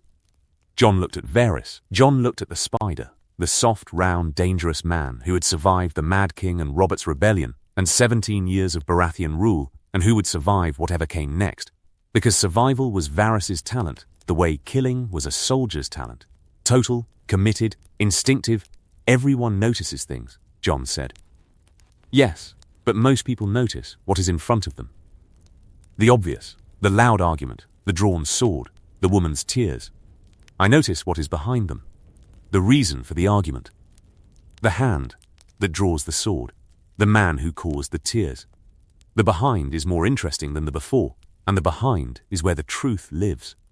Varys paused. The pause was deliberate, the Varys pause. The pause that invited the other person to speak and thereby reveal something. Jon recognized the technique because Jon had used the technique. At Castle Black, as Lord Commander, Jon had learned that silence extracted more information than questions. Jon remained silent. Interesting, Varys said. Most boys your age cannot resist the urge to fill silence. You sit in silence like a man who has learned its value. A 14-year-old who has learned the value of silence is either very wise or very dangerous. Perhaps both. Perhaps neither. Perhaps I just don't talk much. Perhaps But my little birds tell me different things. They tell me you mapped this castle in 3 days. Every corridor, every guard rotation, every entrance and exit. A boy who maps a castle is either lost or looking for escape routes. You do not strike me as lost. Jon felt the cold arrive, the cold of being seen, the cold of having his preparations noticed by the one person in King's Landing who noticed everything. Varys had watched Jon watch the castle. Varys had set birds on the birdwatcher. The irony was the danger. I like knowing where I am, Jon said. So do I. Which is why I make it my business to know where everyone else is. Where they go, what they do, who they speak to, who they avoid. Varys leaned closer. The perfume intensified, the cloying sweetness that Varys used as a mask, the olfactory equivalent of Cersei's facial mask. The smell that said, I am what I present, and the presentation is the performance. I wonder, Jon Snow, what brings you south? The truth, if you please, not the version you told your father. The truth. I told my father the truth. You told your father you wanted to protect him. A noble sentiment, a filial sentiment, a sentiment that explains nothing because a 14-year-old bastard cannot protect the hand of the king from the dangers of the capital. The dangers of the capital are not the kind that a boy with a sword can address. The dangers are subtler. Then I'll learn subtlety. Varys laughed. The laugh was soft, soft like everything about Varys was soft. The soft laugh, the soft hands, the soft voice, the soft steps. The softness that concealed, steel the way silk concealed the blade beneath. I believe you might, Varys said. I believe you might indeed. You have a quality about you, Jon Snow. A quality I have seen only in men who have, how shall I put this, who have suffered more than their years would suggest. You carry yourself like a man who has seen death. Not the death of others, your own. The words hit Jon like an arrow. The accuracy, the Varys accuracy, the accuracy of a man who read people the way maesters read books, and whose readings were almost never wrong. Varys had seen it. 3 days in the castle, a few reports from informants, a single conversation, and Varys had seen the thing that Jon carried. Everyone sees their own death eventually, Jon said. Yes, but most people do not see it at 14. Most people at 14 see life, endless, stretching, invulnerable life. You do not see life. You see something else. I wonder what. Jon said nothing. Varys watched Jon for another moment. Varys assessed Jon, the Varys assessment, the cost-benefit analysis that Varys ran on every person he encountered. Useful, dangerous, expendable, essential. Jon did not know which category Varys had placed him in. Jon suspected Varys did not know either. Jon suspected that Varys had filed him under anomaly, and that anomalies were the category that Varys watched most closely, because anomalies disrupted patterns, and disrupted patterns produced chaos, and chaos was either the enemy or the opportunity depending on who controlled it. I shall keep watching, Jon Snow, Varys said. I hope you don't mind. Would it matter if I did? No. But asking is polite, and I am nothing if not polite. Varys left. Varys dissolved back into the shadows, back into the corridor, back into the walls, back into the castle that Varys knew better than anyone alive. Because Varys knew the secret passages and the hidden rooms and the tunnels that Maegor the Cruel had built, and that Maegor's builders had died to keep secret. Varys left, and the perfume lingered, and the lingering was the reminder. I was here. I know you're here. I'm watching. Jon stood in the corridor. Ghost pressed against Jon's leg, the wolf's silent reassurance, the wolf's message, I am here, and my teeth are real, and my eyes see in the dark. I know, Jon said to Ghost. I know. The mockingbird. What the ledger concealed, Littlefinger found Jon the next day. Not found. Arranged. Littlefinger did not find people. Littlefinger arranged encounters that looked like accidents and that were choreographed with the precision that a performer brought to the stage. Littlefinger was the performer. The capital was the stage. Every interaction was the performance. Jon was in the small hall where Ned's household took meals. Jon was eating alone, eating at the end of a table, eating with Ghost beneath the bench and the cup in his hand, and the awareness of a man who ate in enemy territory and who checked every entrance while he chewed. Jon Snow. The voice, smooth, amused, carrying the accent that Littlefinger had cultivated to replace the accent of his birth. Petyr Baelish spoke like a man from nowhere and everywhere, the voice stripped of origin, stripped of identity, stripped of everything except the charm, and the charm was the weapon. Jon looked up.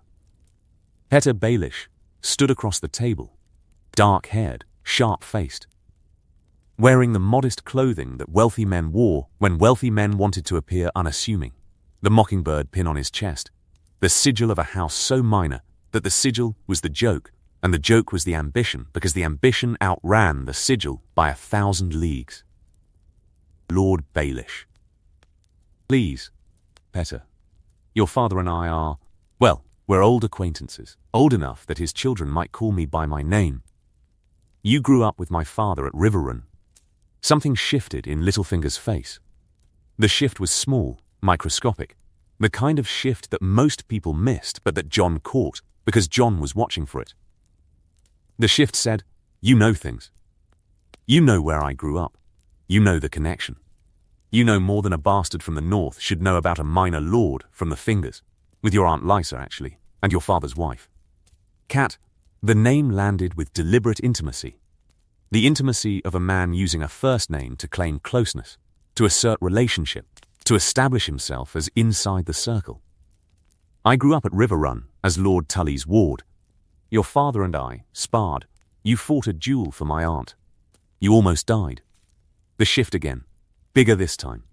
The amusement in Littlefinger's eyes recalibrating.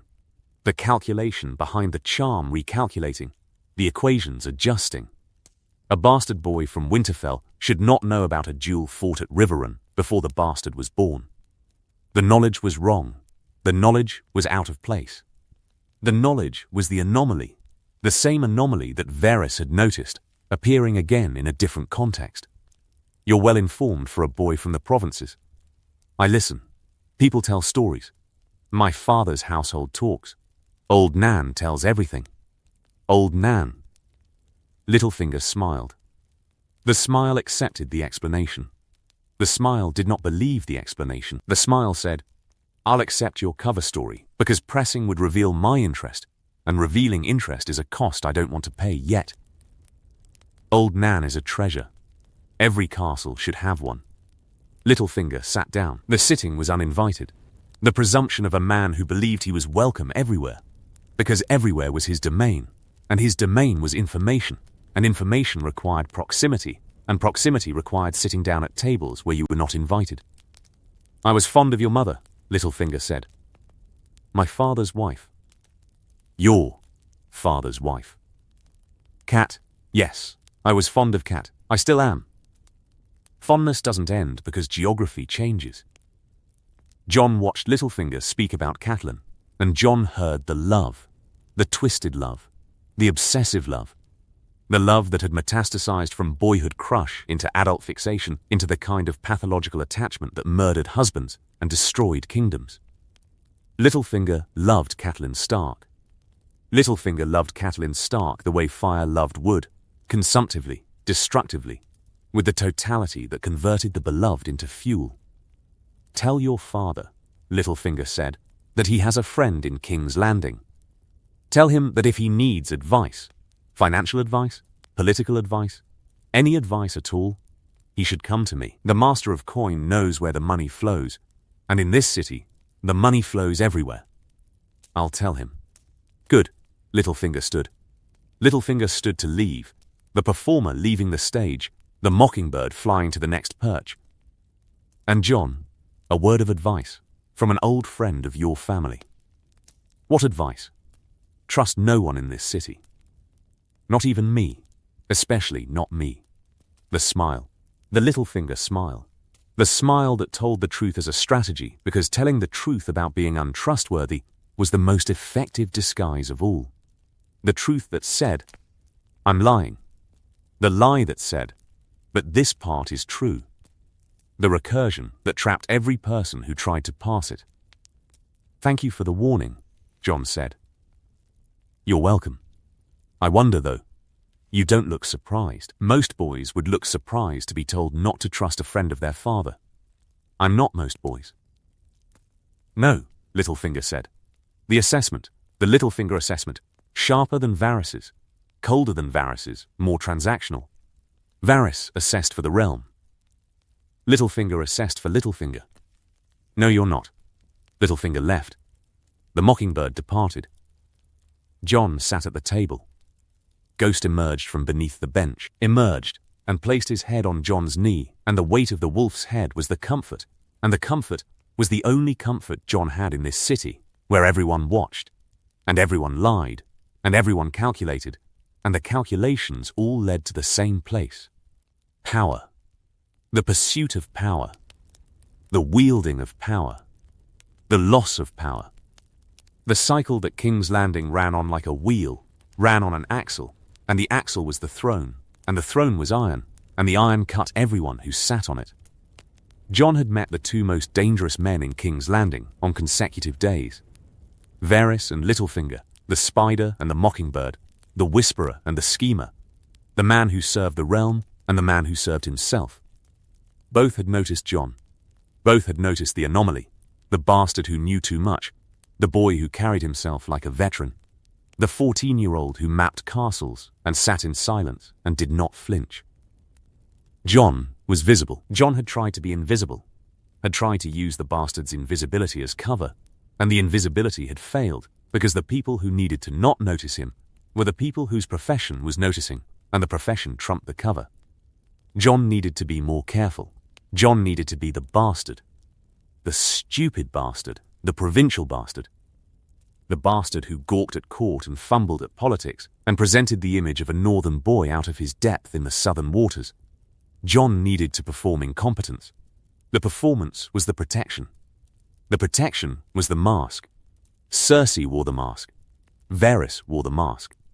Littlefinger wore the mask. The mask was the costume of King's Landing, and Jon needed to wear it because the mask was the price of admission, and the admission was survival, and the survival was the mission.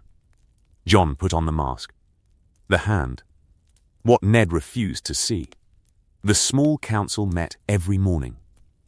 Jon was not permitted to attend. Jon was not permitted because bastards did not attend council meetings, and the not permitting was the protocol, and the protocol was the barrier between Jon and Ned's political education.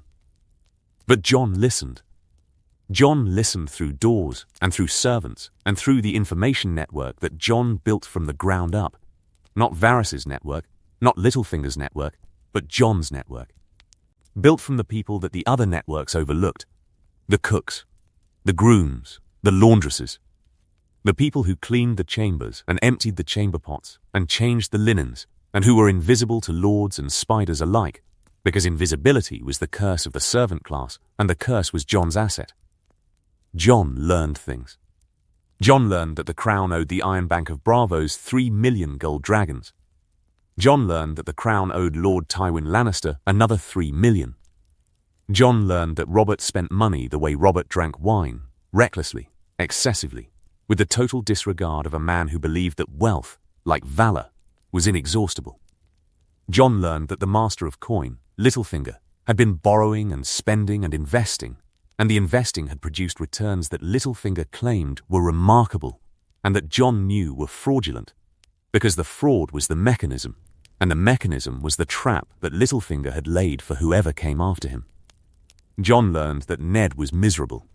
Ned was miserable in King's Landing like a wolf in a cage, functionally alive, fundamentally broken. Ned attended council meetings, and Ned read reports, and Ned made decisions, and the decisions were good decisions, because Ned's moral compass pointed true even in a city where true north did not exist. But the cost of the decisions was the suffering of a good man doing a hard job in a place that rewarded neither goodness nor hardship. Jon watched Ned deteriorate. Jon watched the shadows under Ned's eyes deepen, and the lines around Ned's mouth multiply, and the grey at Ned's temples spread. King's Landing was aging Ned as weather aged stone. Slowly, inevitably, with the patient erosion that turned hard surfaces soft and smooth surfaces rough. On the second week, Jon guided Ned toward the lineage book. The lineage book, the lineages and histories of the great houses of the Seven Kingdoms, was the weapon that Jon needed Ned to find. The book that Jon Arryn had been reading before Jon Arryn died. The book that contained the evidence, the pattern, the genetic record, the documentation that proved what Cersei's children were. Jon could not hand the book to Ned. Jon could not say, "Read page 412, the entry on the Baratheons, and notice that every Baratheon for 300 years has had black hair and Robert's children have gold hair and the gold hair means what you think it means." Jon could not say that, because saying was the knowledge, and the knowledge was inexplicable, and inexplicable knowledge from a bastard boy was madness. Jon needed to lead Ned to the book without Ned knowing he was being led. The method was indirect. The method was Jon Arryn's ghost. "Father," Jon said one evening. They were in the Tower of the Hand, Ned at his desk, drowning in parchment, and Jon on a chair with Ghost at his feet. "What killed Jon Arryn?" "A fever." "You don't believe that?" Ned looked up.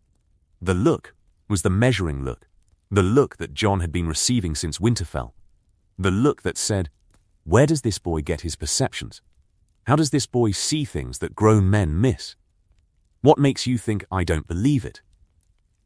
"Because you're the hand of the king. Because the last hand died. Because you're a man who believes in cause and consequence, and you're sitting in a dead man's chair, and you haven't asked why the chair is empty." "I've asked." The Grand Maester says what Grand Maesters always say. Fever, illness, the will of the gods. The Grand Maester says what protects the Grand Maester. What was Jon Arryn doing before he died? Ned looked at Jon for a long time. The look changed from the measuring the boy look to the hearing a man look. The shift was subtle, but total. Ned's eyes adjusted the way eyes adjusted to darkness, gradually, completely, with the accommodation that came from recognizing that what you were seeing was different from what you expected. "He was investigating something," Ned said. "Investigating what?" "I don't know yet." "Find out. Find out what he was investigating. Find out who he was talking to. Find out what books he was reading." "Books?" "Jon Arryn visited a certain armorer." "Ask why." "Jon Arryn borrowed a book from Pycelle's library." "Ask which book."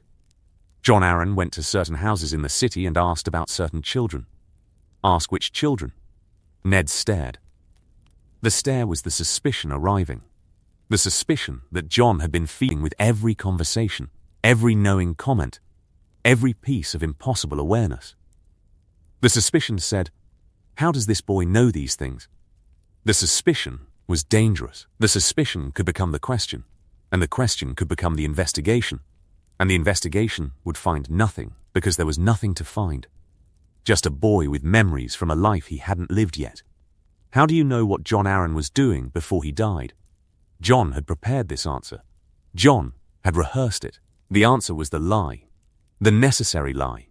The lie that protected the truth, and the truth was the weapon, and the weapon needed protecting. "I talk to people. Servants, Lord Arryn's old household. They talk. They talk because nobody asks them, and when someone asks they can't stop talking, because the talking is the only recognition they've received since Lord Arryn died." The answer was plausible. The answer was true enough. Jon had talked to servants, had confirmed the details he already knew, had used the confirming conversations as cover for the knowledge that preceded them. The answer satisfied Ned because the answer gave Ned something to hold, something concrete, something rational, something that did not require believing that his bastard son was a prophet. "You talk to servants." "I talk to everyone who would talk to me. A bastard is invisible. Father, I can go places you can't go. I can ask questions you can't ask. Let me be useful." Ned considered this.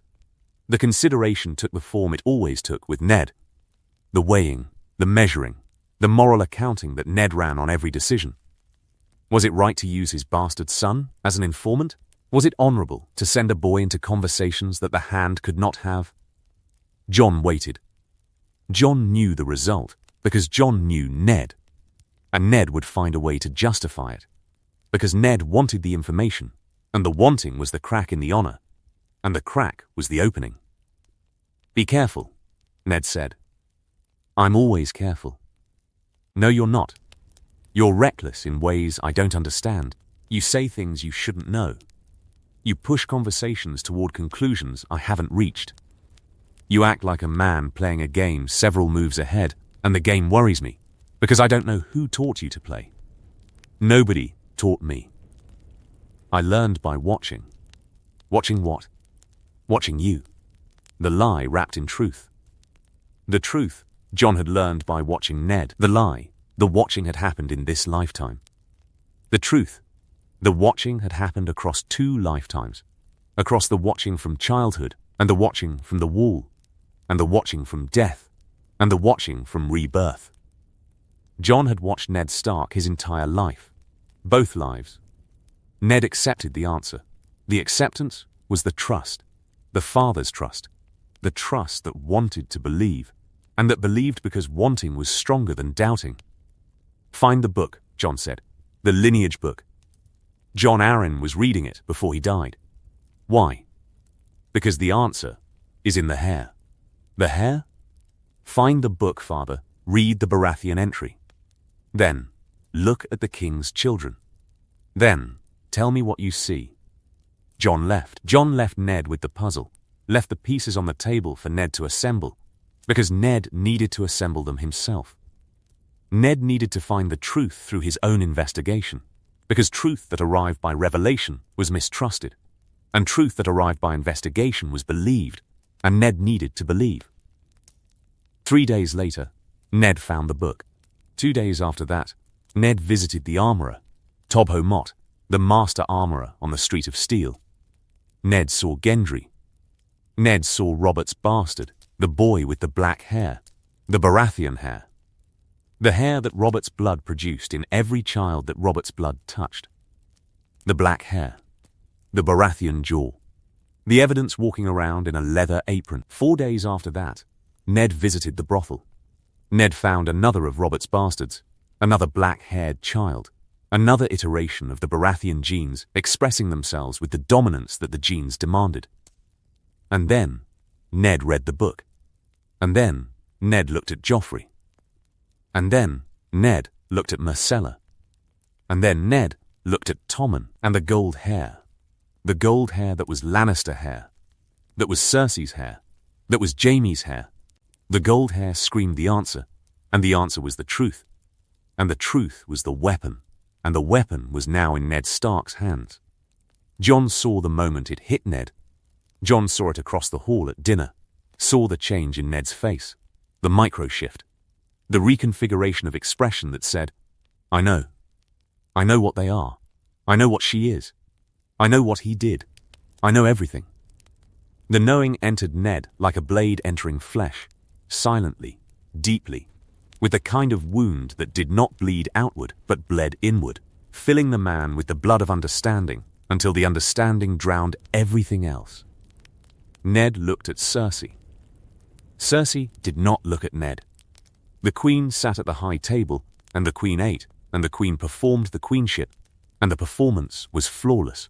Because Cersei's performance was always flawless. The mask, the golden mask, the mask that showed nothing and concealed everything, and that Jon knew from the first life, and from the second life, and from the knowledge that sat behind both. Ned looked at the children. Joffrey, golden. Myrcella, golden. Tommen, golden. 3 golden children at a table with a black-haired king, and the contrast was the evidence, and the evidence was the conviction. And the conviction was now Ned's to carry. Jon found Ned that night. "You know," Jon said. Ned did not ask how Jon knew that Ned knew. Ned did not ask, because asking required energy, and the energy had been consumed by the knowing, and the knowing left nothing. "They're homies," Ned said. The words came out flat like iron, flat like the blade of a sword laid on a table. Not a question. A verdict. Yes. All three. All three. You knew. The accusation. The accusation that Jon had been waiting for. The accusation that was the cost of guiding Ned to the truth. You knew. You knew, and you didn't tell me. You knew and you led me to it instead of giving it to me, and the leading was the manipulation, and the manipulation is the betrayal. I suspected. Jon said. The lie. The necessary lie. I heard things. Servants talk. I suspected, and I couldn't tell you. Because suspicion from a bastard means nothing, and evidence from a lineage book means everything. You needed to find it yourself. I need to tell Robert.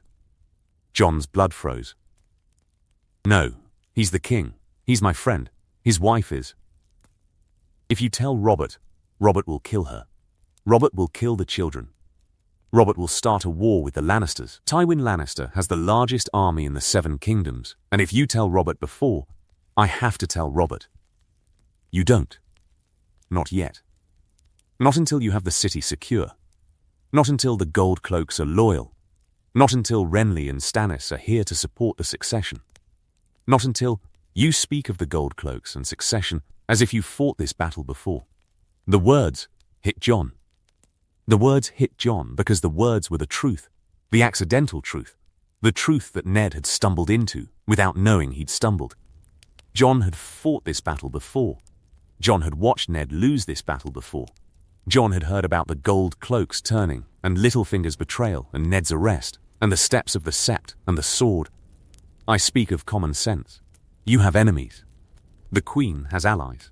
The Queen has Jaime and the Kingsguard, and the Lannister gold, and the Lannister name. If you tell Robert before you've secured your position, before you control the city guard, before you have military support, then Cersei will act first. Cersei will move before Robert can move, and Cersei's moves will be violent. Ned looked at Jon. The look was the new look. The look that had been building since Winterfell. The look that said, who are you? Not who are you in the identity sense, not who are you in the parentage sense, but who are you in the how do you think like this sense? How does a bastard boy of 14 think in terms of military positioning and political timing and the strategic sequencing of revelations? How do you know these things? Ned asked. Not the question he meant. The question he meant was, what happened to my son? What happened to the boy who wanted the wall? What happened to the bastard who played with swords and spoke when spoken to, and did not lecture his father on the management of coups? I told you. I watch. I listen. I think. You think like a man who has lived through war. Maybe I have. The answer hung. The answer suspended. Suspended between truth and joke, between confession and deflection, between the admission that would explain everything and the evasion that would explain nothing. Ned heard the answer, and Ned chose to hear the joke because hearing the truth was impossible, and the impossible was not where Ned's mind lived. Don't tell Robert yet, Jon said. Send word to Stannis.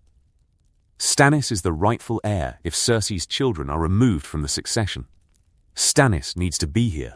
Stannis needs to bring soldiers. Write to Stannis and tell him what you've found, and ask him to come to King's Landing with his fleet and his men. That will take weeks. Then, we have weeks. Weeks to prepare. Weeks to secure the Gold Cloaks. Weeks to the Gold Cloaks answer to the commander of the City Watch. Janos Slynt. You know the commander of the City Watch? I know his name. I know he's corrupt. I know he can be bought, and I know Littlefinger has been buying him for years. Replace him. You're the hand. Replace Slynt with someone loyal. Replace the commander of the City Watch. Just replace him. You're the hand of the king. You can appoint and dismiss any officer in the city. Dismiss Slynt. Appoint someone loyal. Someone who cannot be bought. Someone whose loyalty is to the crown, not to the purse. Ned stared at Jon. The stare held everything. The confusion, the respect, the fear, the love, the bewilderment of a father looking at a son he no longer recognized. The boy had become something else. The bastard had become something else. The son had become Ned did not have the word. The word did not exist for what Jon had become. Because what Jon had become was a man from the future wearing a boy's face. And the wearing was the performance. And the performance was the cost. "I'll think on it," Ned said. "Don't think. Act. Thinking is the luxury of men who have time. You don't have time. Cersei is watching you. Cersei knows you visited the armorer. Cersei knows you read the book. Cersei is not stupid. Cersei is the opposite of stupid. Cersei will act before you act, unless you act first. I won't act like a tyrant. I won't seize the city and overthrow the queen without what? Without honor? Without due process? Without the moral certainty that you're doing the right thing the right way? Honor is good, father. Honor is what I love about you. But honor in this city is the sword you fall on. Honor is the weapon your enemies count on you carrying, because honor slows you down and slowness kills." Ned said nothing. Ned looked at his hands. Ned's hands. The hands that held ice. The hands that signed decrees.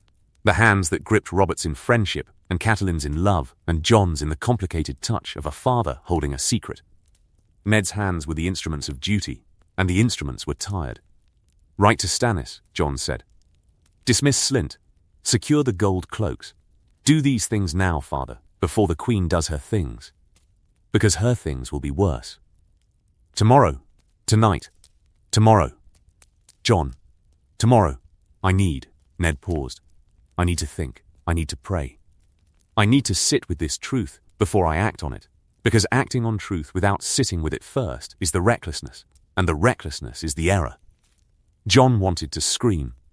Jon wanted to grab Ned by the shoulders and shake him and shout, "You don't have tomorrow. You don't have tonight. The queen is moving. The board is shifting. The pieces are falling into positions that will kill you." Jon did not scream. Jon did not shake. Jon stood still, and Jon accepted the answer, because accepting was the only option, and the option was the constraint, and the constraint was Ned Stark would be Ned Stark.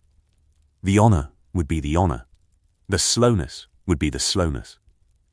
And the slowness might kill him. "Tomorrow," Jon said. "But first thing, before the council, before the morning meal, tomorrow at dawn you write to Stannis, and tomorrow by noon you dismiss Slynt." "Agreed. Promise me." The words again. "Promise me." The echo and the weight and the history. Lyanna's words coming out of Jon's mouth aimed at Ned's heart. "Promise me." Ned looked at Jon. Ned heard the words, and Ned felt the echo, felt the resonance, without understanding its source, felt the vibration of memory without accessing the memory, felt the ghost of a dying sister's plea in a bastard son's voice. "I promise," Ned said. The queen. What the lion knew. Cersei moved first. Of course Cersei moved first. Cersei always moved first, because Cersei was the predator, and the predator struck, and the prey responded, and Ned was the prey, because Ned's honor made him the prey. The honor that said, "Warn your enemy before you strike." The honor that said, "Give the queen a chance to run." The honor that killed. Ned, God's help him, Ned warned Cersei. Jon did not know Ned had warned Cersei until it was nearly too late. Jon did not know, because Ned had gone to Cersei in the gardens, had found the queen among the roses and the hedges and the poisonous beauty of the royal gardens, and had told her. Had told her, "I know. I know about Jaime. I know about the children. Take your children and run before Robert returns from hunting. Run, because when I tell Robert, Robert will kill you." Ned warned Cersei, because warning was the honorable thing. Ned warned Cersei because giving the enemy a chance to survive was the Stark way. Ned warned Cersei because Ned could not be anything other than Ned, could not be the man who destroyed a woman and her children without giving the woman the chance to save herself. The honor. The magnificent, idiotic, suicidal honor. Jon found out from Sansa.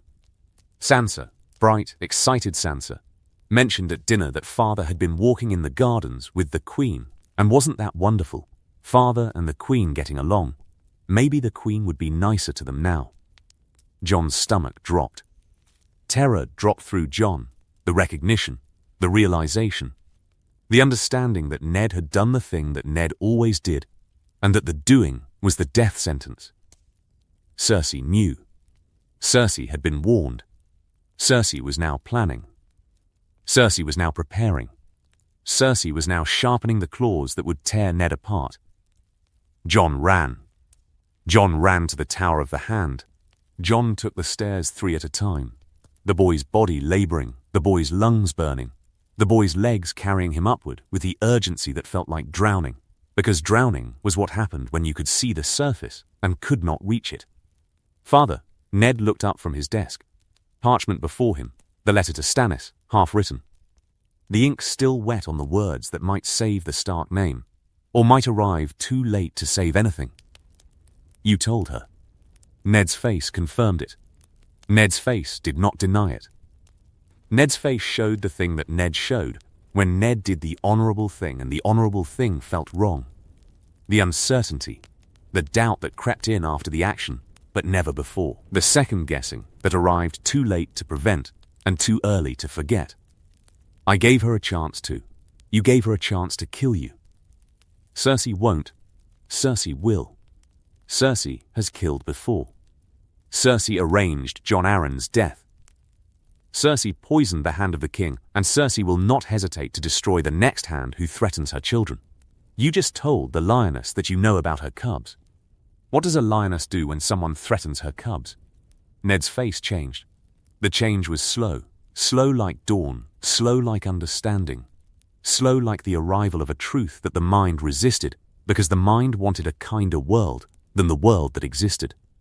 "How do you know Cersei arranged Jon Arryn's murder?" Jon stopped. Jon had said too much.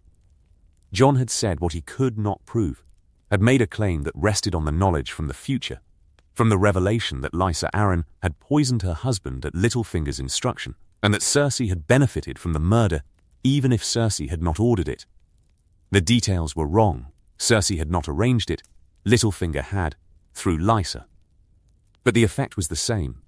Jon Arryn died because of secrets, and Cersei's secret was the secret that killed. It doesn't matter how I know. What matters is, you've warned her. She'll act. She'll act tonight, or tomorrow, or the day Robert comes back from hunting. She'll act, and you're not ready, and the gold cloaks aren't yours, and Stannis isn't here, and you're standing in a room made of wood in a city made of enemies. I dismissed Slint this morning. Jon stopped. Hope. Actual hope. The first real hope since King's Landing. You dismissed Slint? I appointed a man named Aladdin as acting commander. The hope died. Aladdin. Janos Slint's man.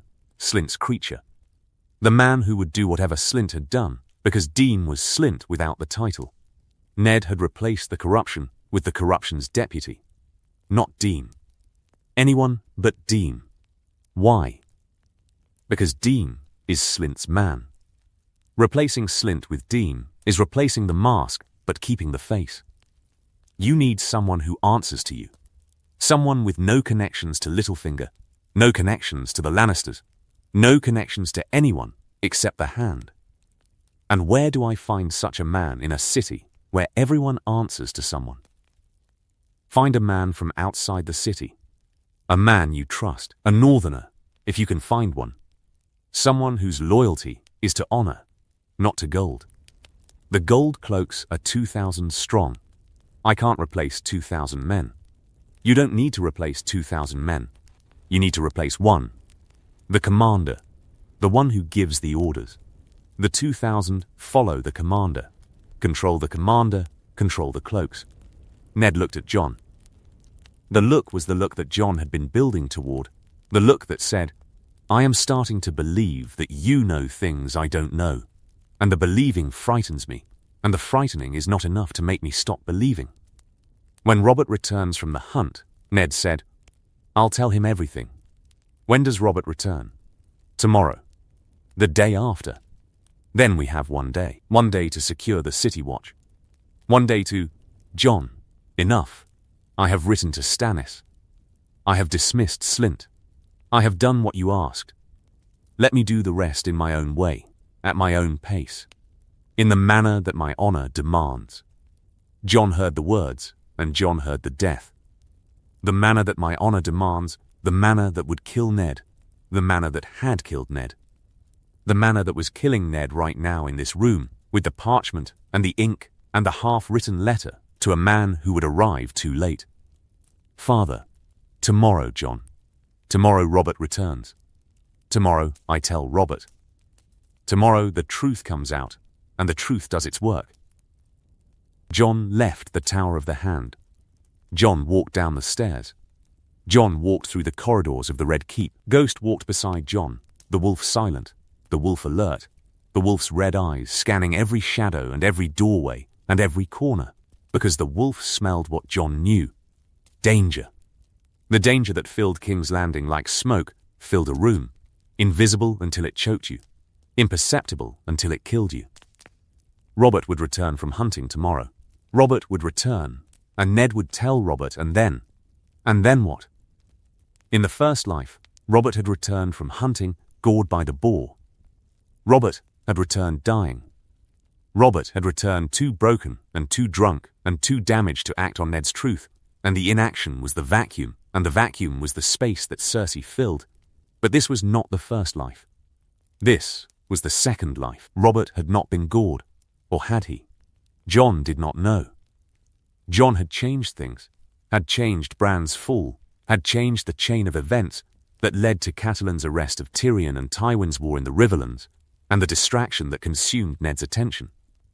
Without those events, the timeline was different. Robert's hunt might end differently. Robert might return healthy. Robert might return sober enough to act.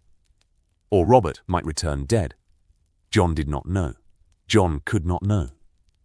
The knowledge from the first life was the map, but the map did not match the territory anymore, because Jon had altered the territory, and the alterations had cascading consequences, and the consequences were unknown.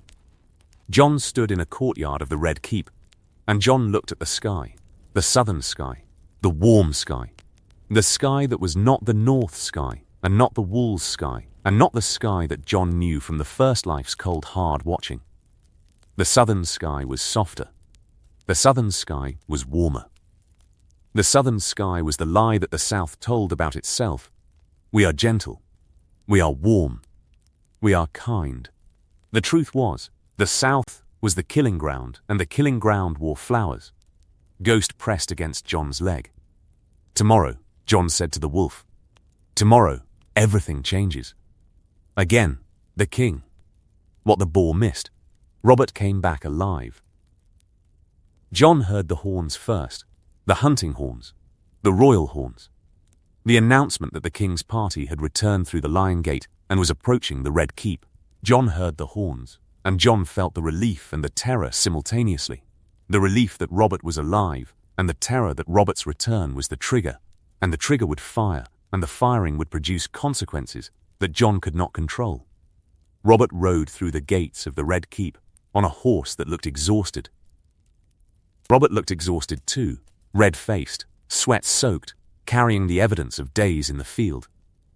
But Robert was alive. Robert was whole. Robert was not gored. Robert was not dying. Robert was not bleeding from the belly wound that the boar had inflicted in the first life. The boar had missed. The boar had missed because, why? Because the wine had been less? Because the hunt had gone differently?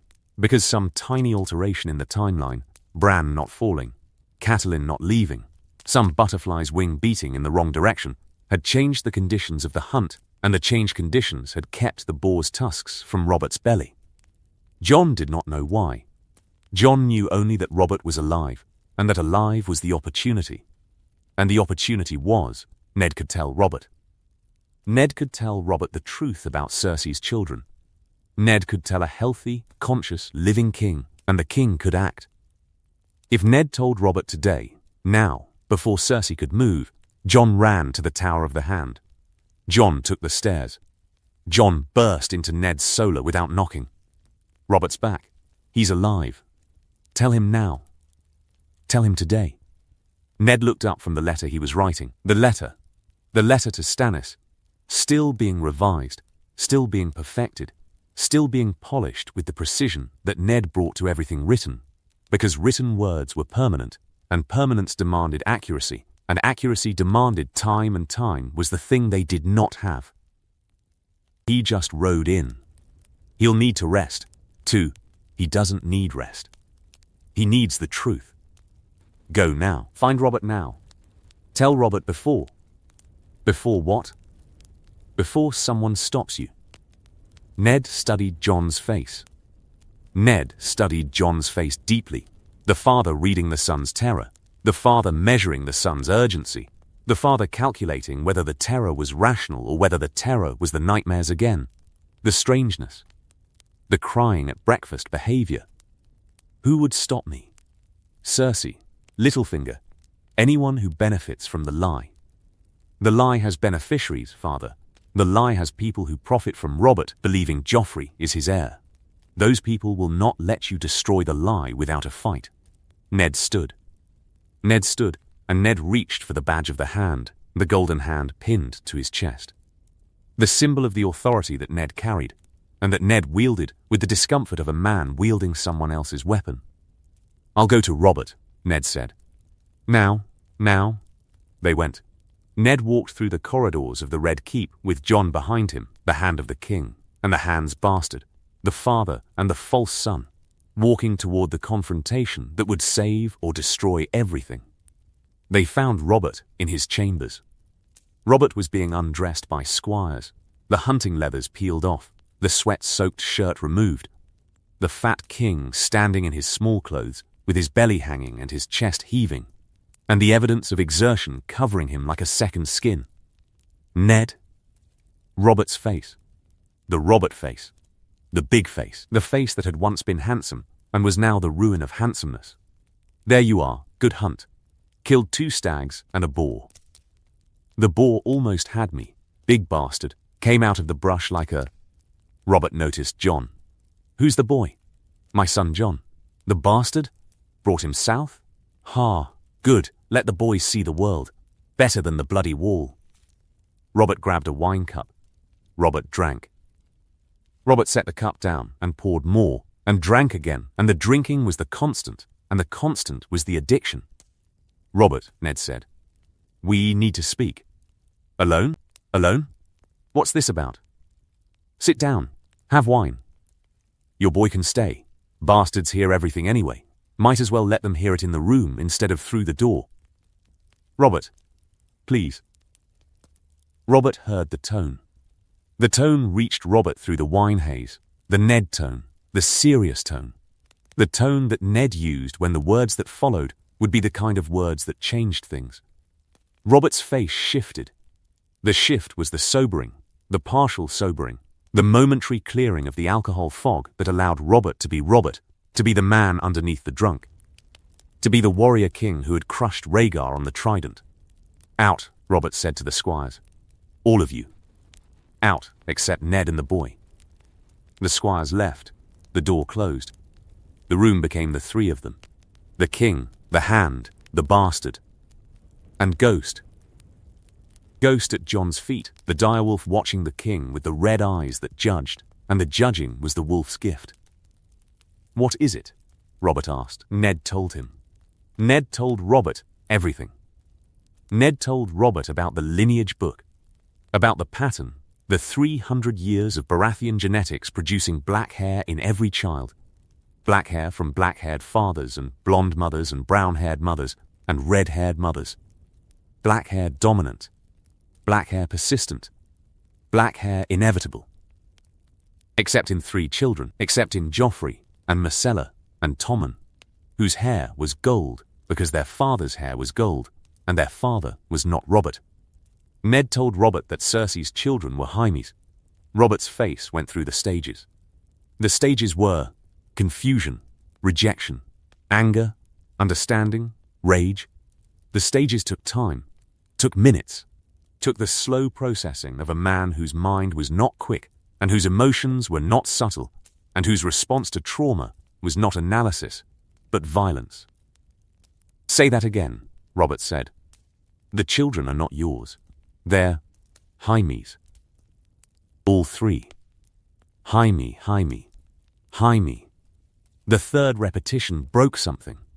The something was the control, the thin control that the wine and the years and the sedation of the kingship had built over Robert's fury. The fury had always been there. The fury was the Baratheon trait, the storm fury, the blood fury, the fury that had crushed Rhaegar's chest on the trident and that had held the throne for 17 years through the sheer force of its existence. Robert threw the wine cup. The cup hit the wall. The wine splashed red against the stone, red like blood, red like the rubies that scattered from Rhaegar's breastplate, red like the color of violence. I'll kill him. I'll kill them both. Robert. Ned's voice. The calm voice. The steady voice. The voice that had talked Robert down from ledges before, at the Eyrie, at the war, at every moment when Robert's fury threatened to consume the world around it. Robert, listen. I'll have his head. I'll have her head. You'll do nothing until we're ready. Ready? I'm the king. I'm always ready. I'll call the guard. And Cersei will call her guards. And Jaime will call his Kingsguard brothers. And Tywin will call his army. Robert, listen to me. Robert listened. Robert listened because Robert had always listened to Ned. Because Ned was the one man whose voice could reach Robert through the fury. The one man whose counsel Robert valued above his own rage. The one man whose words could penetrate the Baratheon storm. Cersei knows I know, Ned said. I warned her.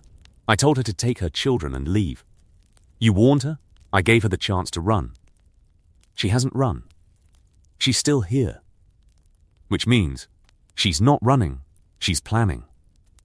Jon stepped forward. Jon stepped forward because the moment demanded it, demanded that the knowledge speak through the mouth that carried it, demanded that the boy who had seen the future insert himself into the conversation that would determine whether the future changed. Your Grace, Jon said, the Queen has been planning since my father warned her. The Queen has allies.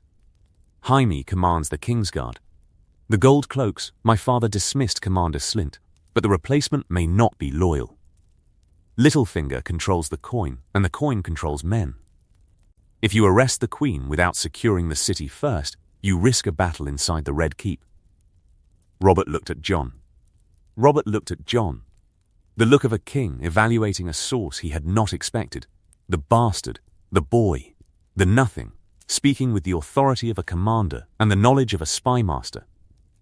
Your boy talks like a general, Robert said to Ned. My boy talks too much, Ned said. But he's not wrong. What do you suggest, boy? Secure the Gold Cloaks first. Send riders to Storm's End.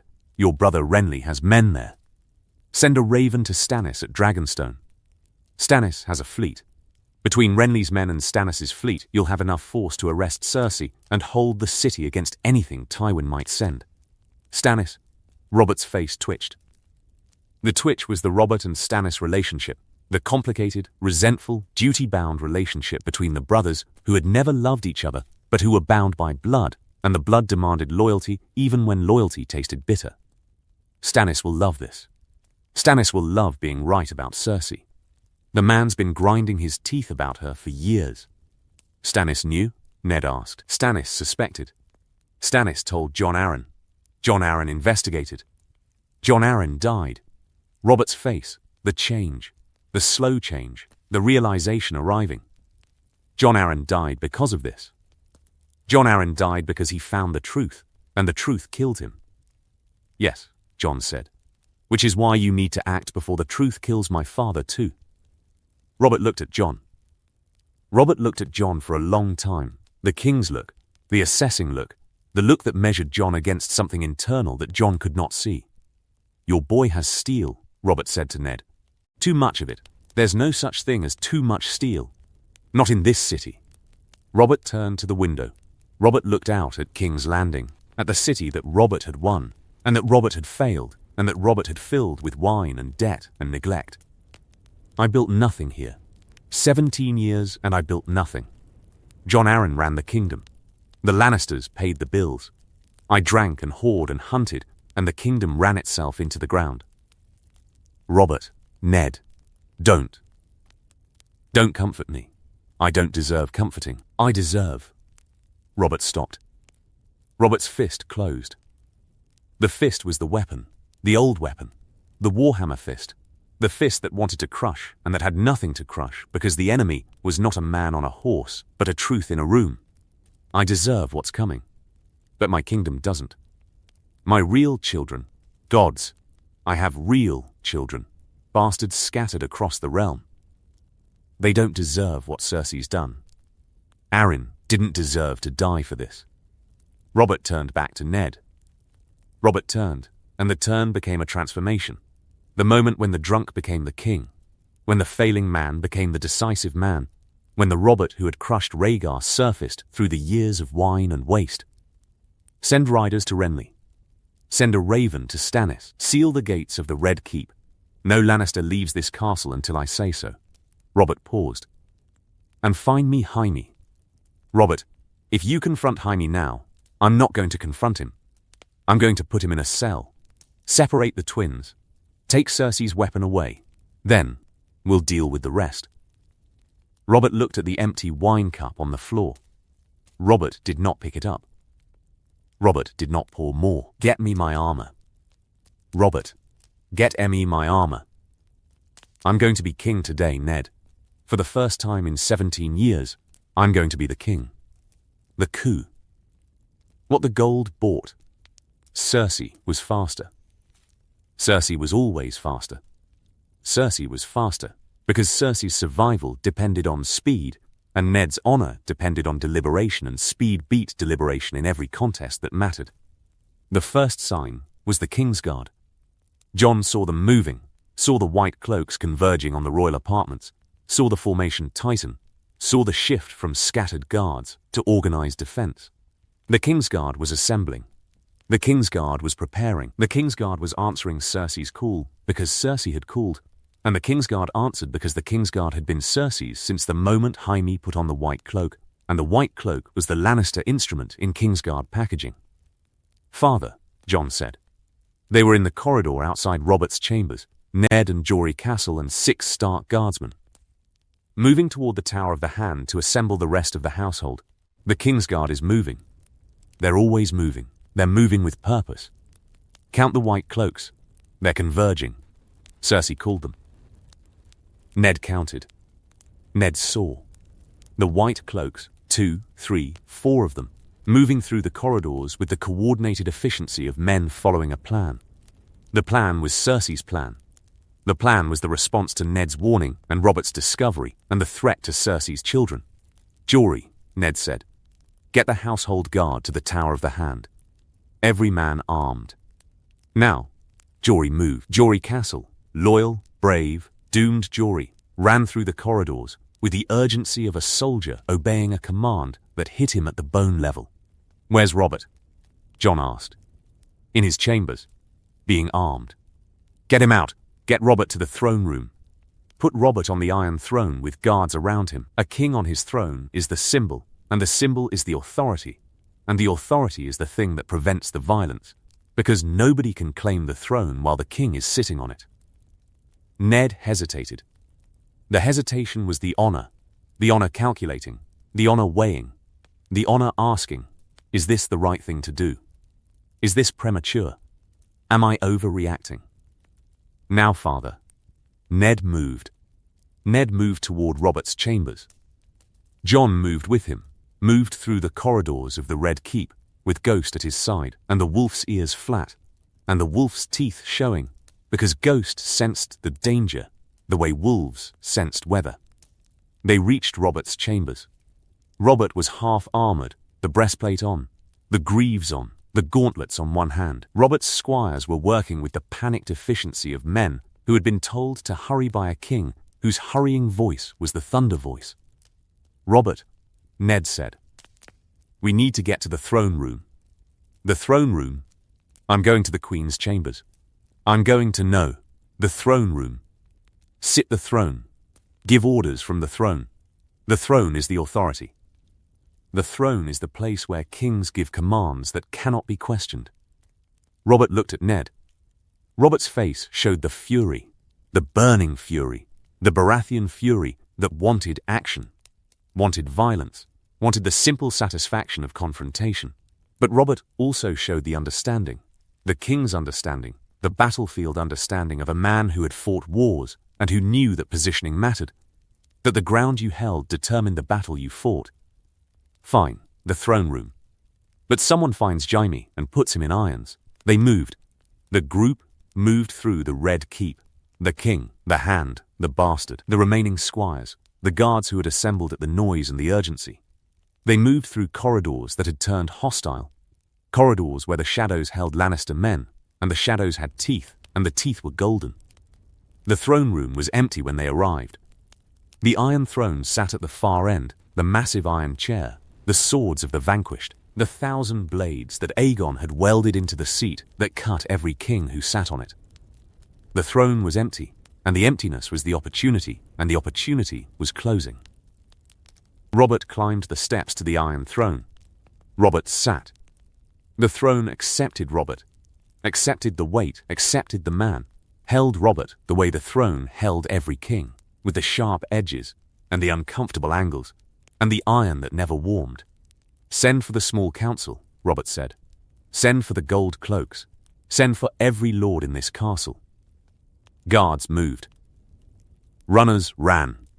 The throne room began to fill with the men who had been sleeping or eating or drinking when the summons came, the men who arrived in various states of dress and alarm, the men who saw the king on the throne in armor and understood that something had changed. Pycelle arrived, the Grand Maester, old and shuffling, wearing the chain that symbolized the knowledge that Pycelle used for survival rather than truth. Pycelle looked at Robert, and Pycelle's eyes showed the calculation, the old calculation, the survivor's calculation, the calculation of a man who had served 3 kings, and who would serve whoever sat on the throne. Littlefinger arrived.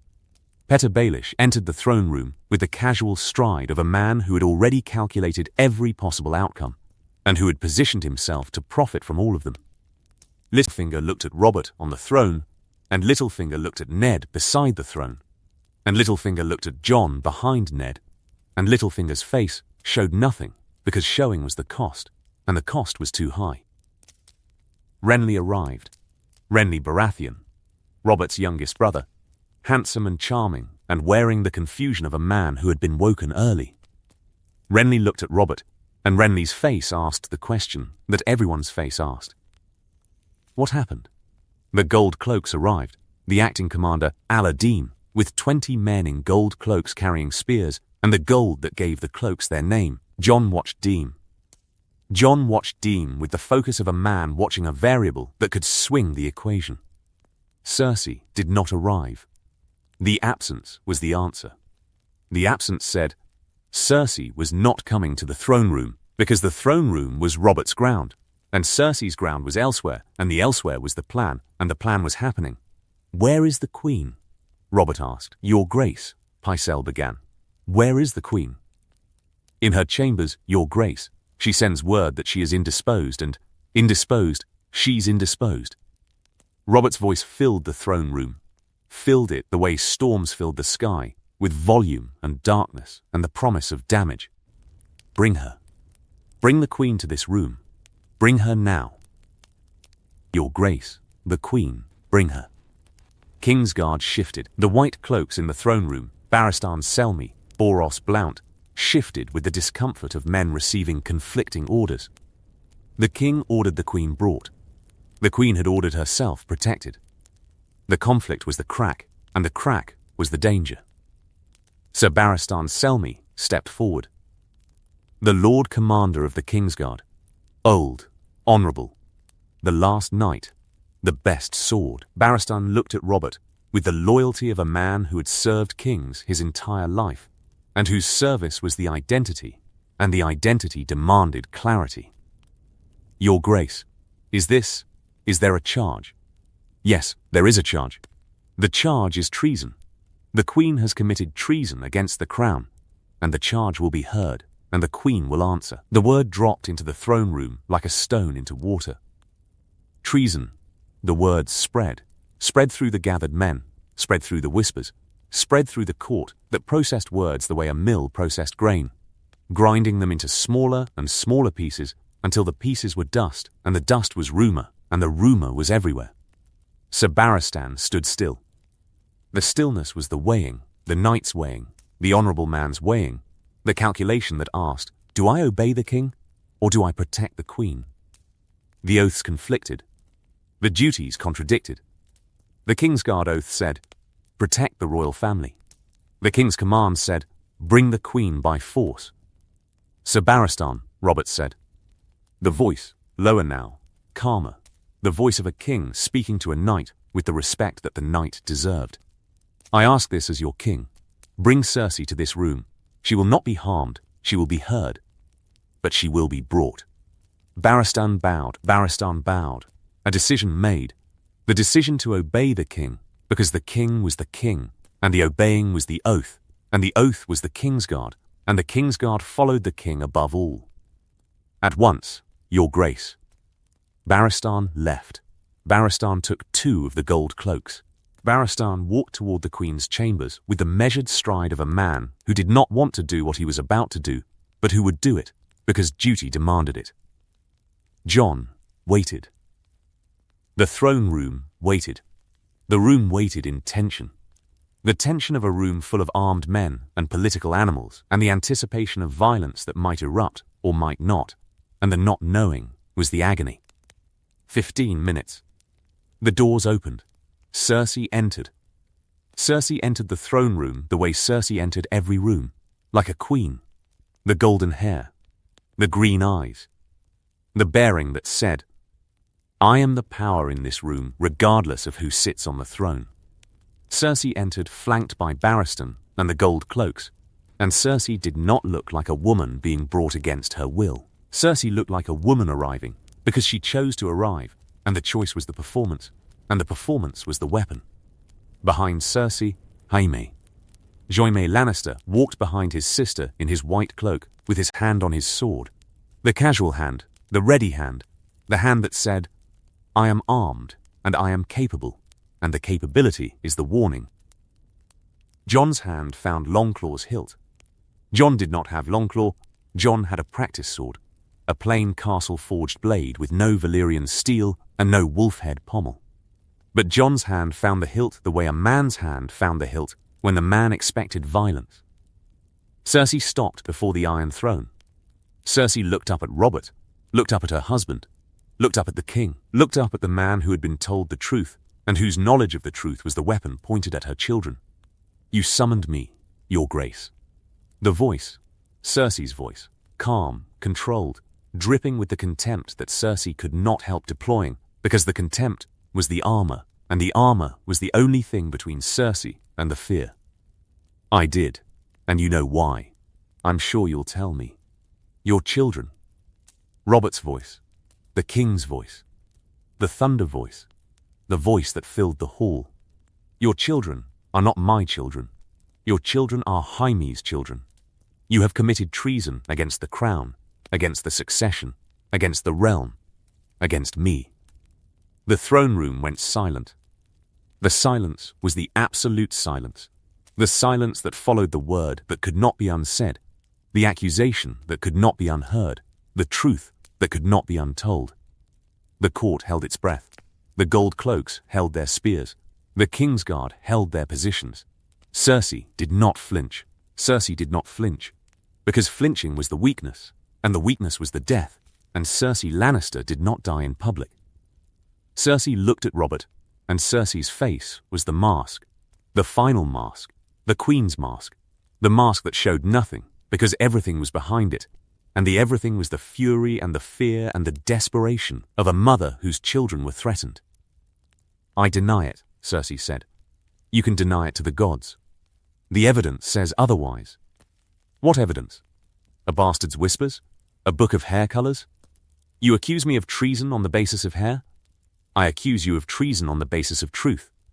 Every Baratheon for 300 years has had black hair. Every one. My bastards have black hair. Bastards I put in half the whores in this city have black hair. But your children, the children you swore were mine, your children have hair like their father. like their real father, like Jaime. Jaime moved. The movement was small, a half step forward, the hand tightening on the sword, the body shifting from guarded to aggressive. Sir Barristan saw the movement. Sir Barristan's hand went to his own sword. "Don't," Jon said. Jon spoke to Jaime. Jon spoke to the Kingslayer. Jon spoke to the man who had pushed Bran from a window in a life that no longer existed, and whose pushing had been prevented, but whose capacity for violence had not. Jaime looked at Jon. Jaime looked at the bastard, looked at the boy who had spoken to him, as if the boy had the authority to speak. The look was the contempt, the Jaime contempt, the Lannister contempt, the look that said, "Who are you to address me?" "The boy speaks," Jaime said. "The boy speaks sense," Robert said. "Sir Jaime, remove your hand from your sword or I'll have it removed for you." Along with the hand. Jaime looked at Cersei. Cersei looked at Jaime. The look between them, the twin look, the lover's look, the look that communicated everything in silence. The look said, "Not yet." The look said, "Wait." The look said, "This is not the moment." Jaime's hand left the sword. "Take them," Robert said. "Take the Queen to Maegor's Holdfast. Take Sir Jaime to the Black Cells. Separate them. They don't see each other. They don't speak to each other. They don't breathe the same air until I decide what happens next." "Robert," Cersei said. The voice changing, the mask cracking, the first crack, the fissure that showed the woman beneath the Queen. "Robert, my children. Your children are not my concern. Your children are not my children. Your children are the products of incest and treason, and the products will be dealt with when the parents have been dealt with. They're children. Whatever you think of me, Robert, they are innocent. They didn't choose their parents. They didn't. Neither did I." Robert's voice, the quiet voice, the dangerous voice, the voice that was more frightening than the thunder, because the quiet meant the fury had passed through rage and into the cold place, the calculating place, the place where Robert Baratheon stopped being the drunk and became the king who had killed Rhaegar. "Neither did I choose you, Cersei. Your father arranged this marriage, and your father's arrangement was the lie from the start. You never loved me. You never wanted me. You wanted Rhaegar. You wanted Jaime. You wanted anyone who wasn't me. Well, you got what you wanted, and now I know." Cersei's face broke. Not the dramatic breaking, not the collapse, not the tears, not the public dissolution. The quiet breaking. The internal breaking. The breaking of a woman who had fought for 20 years to maintain the lie, and whose lie had been stripped away, and whose children were now exposed, and whose exposure was the vulnerability, and the vulnerability was the thing that Cersei feared more than death, because death was personal. And vulnerability was the children, and the children were everything. "Take them," Robert repeated. Barristan moved. The gold cloaks moved. Hands reached for Cersei. Gentle hands, firm hands, the hands that escorted queens to confinement. Cersei did not resist. Cersei walked with the dignity that Cersei summoned from the place where Cersei stored her strength, the bottomless place, the Lannister place, the place that produced the lioness who would not crumble in front of the court. Jaime resisted. Jaime resisted for one moment when the hand returned to the sword and the body tensed and the Kingslayer calculated the odds. 5 against 1. 10 against 1. The gold cloaks and the Kingsguard and the Stark guards and the numbers that said, "You cannot fight your way out." "Brother," Cersei said, from across the room, the word that was both the truth and the lie, both the familial and the carnal, both the sisterly and the monstrous. "Don't." Jaime's hand left the sword. Jaime allowed himself to be taken. Jaime walked toward the black cells with the stride of a man who had been imprisoned before, by his own choices, by his own cloak, by his own oaths, and for whom physical imprisonment was merely the visible version of the imprisonment he had always lived. The throne room emptied.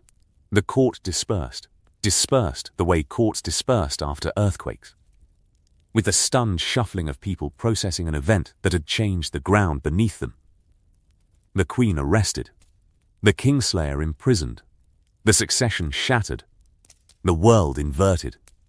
Jon stood in the emptying throne room, and Jon looked at the Iron Throne, and Jon felt the thing he had not expected to feel. Grief. Grief for Cersei's children. For Joffrey, who was a monster but was also a boy. For Myrcella, who was innocent. For Tommen, who was gentle. The children caught in the gears of their parents' choices, and the gears were crushing them. Ned stood beside Jon. Ned's face showed the cost of doing the right thing, the cost of telling the truth, the cost that truth extracted from the men who wielded it. "It's done," Ned said. "It's not done," Jon said. "It's started," the lion's answer. What Tywin sent. The raven from Casterly Rock arrived 9 days later. Tywin Lannister's response was not a letter. Tywin Lannister's response was an army. 30,000 men, 30,000 Lannister soldiers, 30,000 Westerlands swords, marching east toward King's Landing with the speed and the fury that Tywin brought to every military operation. Tywin did not write. Tywin marched. Tywin's army was his letter, and the letter's content was, "Give me my children, or I'll take them." Jon had expected this.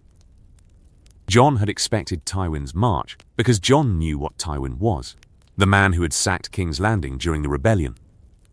The man who had ordered the murders of Rhaegar's children, the man whose response to any threat to House Lannister was violence delivered with the efficiency and the brutality that made Tywin Lannister the most feared lord in the Seven Kingdoms. Robert received the news in the small council chamber. Robert received the news, and Robert's reaction was the reaction of a man who had been waiting for a fight his entire sedentary kingship. The grin, the terrible grin. The warrior's grin that said, "Finally. Finally, someone wants a war. Finally, someone gives me the excuse." "Good," Robert said. "Let him come." "Your Grace," Ned said, 30,000 men. I've beaten worse. I've beaten Rhaegar with less. Let Tywin come. Let the old lion crawl out of his rock. I'll meet him on the field. You will not meet him on the field." Ned's voice, the hand's voice, the stern voice, the voice that told kings what kings did not want to hear. You are the king. Kings do not meet armies on the field when the kingdom is in crisis and the succession is unclear. "Stannis," Jon said. "Stannis is sailing from Dragonstone." "How many ships?" 200, Ned said. "The Royal Fleet." "And Renly?" 20,000 men from Storm's End and the Stormlands. Renly marches north. Jon calculated. 20,000 from Renly. The Royal Fleet from Stannis, the Gold Cloaks, 2,000, questionably loyal, but present. The Stark household guard, 100 men, northern loyal, dependable, against 30,000 Westerland soldiers who had never lost a campaign under Tywin's command. The numbers were close. The numbers were close enough that the battle would be decided by positioning and timing and luck and the variables that no general could control and that every general feared. "Don't fight Tywin in the field," Jon said. "Make him siege." Siege, Robert's face, the warrior's disgust, the contempt for the passive strategy. "I don't siege. I fight. If you fight Tywin in the field, you give Tywin what Tywin wants.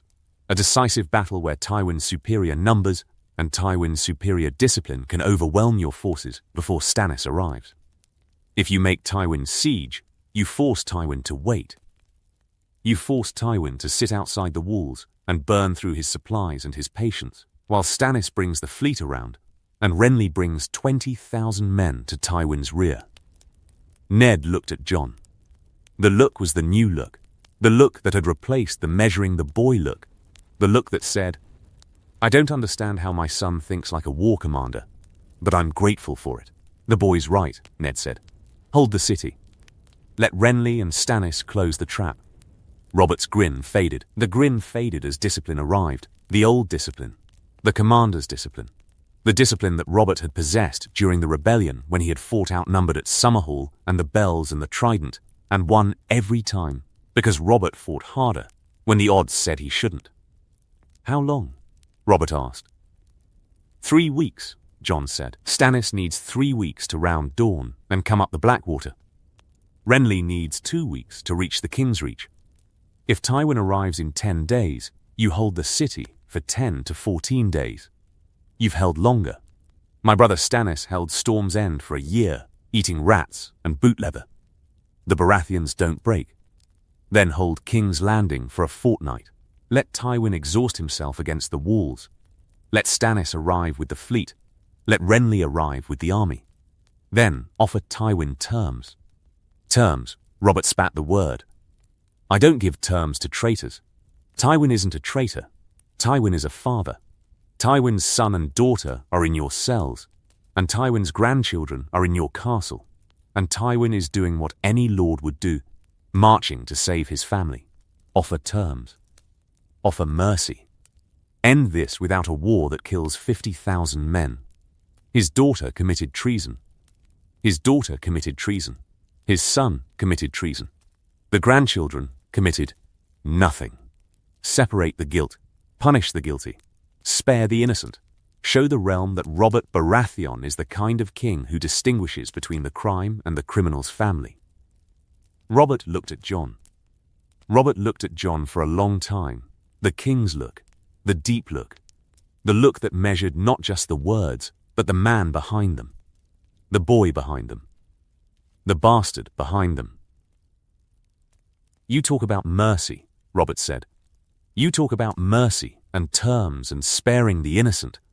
You know who taught me about mercy? About sparing the innocent? Nobody. Nobody taught me about mercy, because I killed the Targaryens and I wanted every Targaryen dead. Man, woman, child, babe in arms. I wanted them dead, because the Targaryens took Lyanna. And the taking was the crime, and the crime deserved the punishment. Your father stopped me. Your father told me the children were innocent. Your father stood between me and Rhaegar's children. Well, your father didn't stand between me and Rhaegar's children. The children died. Tywin saw to that. Tywin killed the children before I could decide whether to spare them. And the killing served me, and the serving was the guilt that I share with the old lion, and the guilt has never gone away. The room went quiet. The quiet was the confession. The king's confession. The private confession made semi-public. The admission that Robert Baratheon carried the blood of Rhaegar's children on his conscience, even though Robert's hands had not done the killing.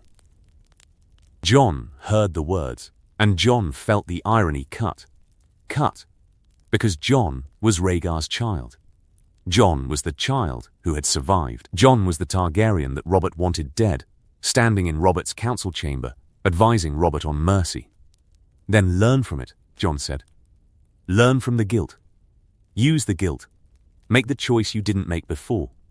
Spare Cersei's children. They're innocent. Tommen is 8. Myrcella is 10. They are children, and they did not choose their parents. And punishing children for their parents' sins is the thing that turns kings into tyrants. And Joffrey? Joffrey is. Jon paused. Jon thought about Joffrey, about the boy who would become the monster, about the cruelty that was already visible and that would metastasize into sadism and murder and the kind of royal madness that burned kingdoms. Joffrey is 13. Joffrey is not innocent in the way the younger children are innocent, but Joffrey is not yet the man he will become. Send him to the faith. Send him to the Silent Brothers. Give him the chance to become something other than what his mother made him. The faith. Robert's voice carried the contempt of a man who distrusted the faith and who distrusted religious institutions and who distrusted anything that required piety from a man who had no piety to give. The faith can have him. The faith can have all three. Better the faith than the throne. And Cersei? Ned asked. Cersei. Robert paused. The pause was the struggle.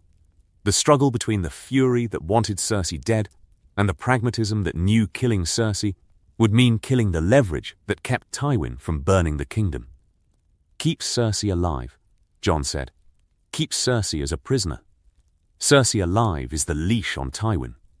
Cersei dead is the reason Tywin destroys everything between Casterly Rock and King's Landing. Keep the Queen alive and use the Queen's life as the chain that holds the lion. And Jaime? The wall. Ned looked at Jon. The look carried the surprise. The surprise that Jon would suggest the wall. The place that Jon had abandoned. The place that Jon should have gone. The wall, Jon repeated. Send Jaime to the wall. Jaime on the wall is Jaime removed from the game. Jaime on the wall is Jaime paying for his crimes with service instead of blood. And Jaime on the wall is what the wall needs. The wall needs men. The wall needs fighters. The wall needs the best swords in Westeros, because the wall faces threats that nobody in this room believes exist, but that exist nonetheless. Jon almost said more. Jon almost said, because the dead are coming. Because the White Walkers are marching. Because the Night King is building his army from every corpse between the land of always winter and the wall, and the army grows larger every day, and the wall needs every blade it can get. Jon did not say this. Jon did not say this because the saying would be the madness, and the madness would undo everything. Would undo the credibility that Jon had built. Would undo the trust that Ned had extended. Would undo the position that Jon had earned through weeks of counsel and information and the careful, patient demonstration that the bastard's advice was worth hearing. Jon kept the walls secret. Jon kept it because the keeping was the cost, and the cost was the burden, and the burden was what the second life stacked on top of every other burden until the weight was the punishment for the knowledge. The wall, Robert said. Fine, the wall for the Kingslayer. Let him guard something useful for once. The strategy held. The strategy held because Robert, for all his faults, was a man who understood war, and who understood siege, and who understood that patience was sometimes the weapon, and the weapon was effective. Robert sealed the gates of King's Landing. Robert manned the walls. Robert put archers on the battlements and wildfire on the towers, and the city became the fortress that Aegon had designed it to be. The impregnable seat, the capital that could withstand any army from land while the sea remained open. Tywin arrived 12 days later. 30,000 men camped outside the walls of King's Landing. 30,000 tents. 30,000 fires. 30,000 soldiers who had marched across the Crown Lands, eating everything in their path, and leaving the devastation that armies left.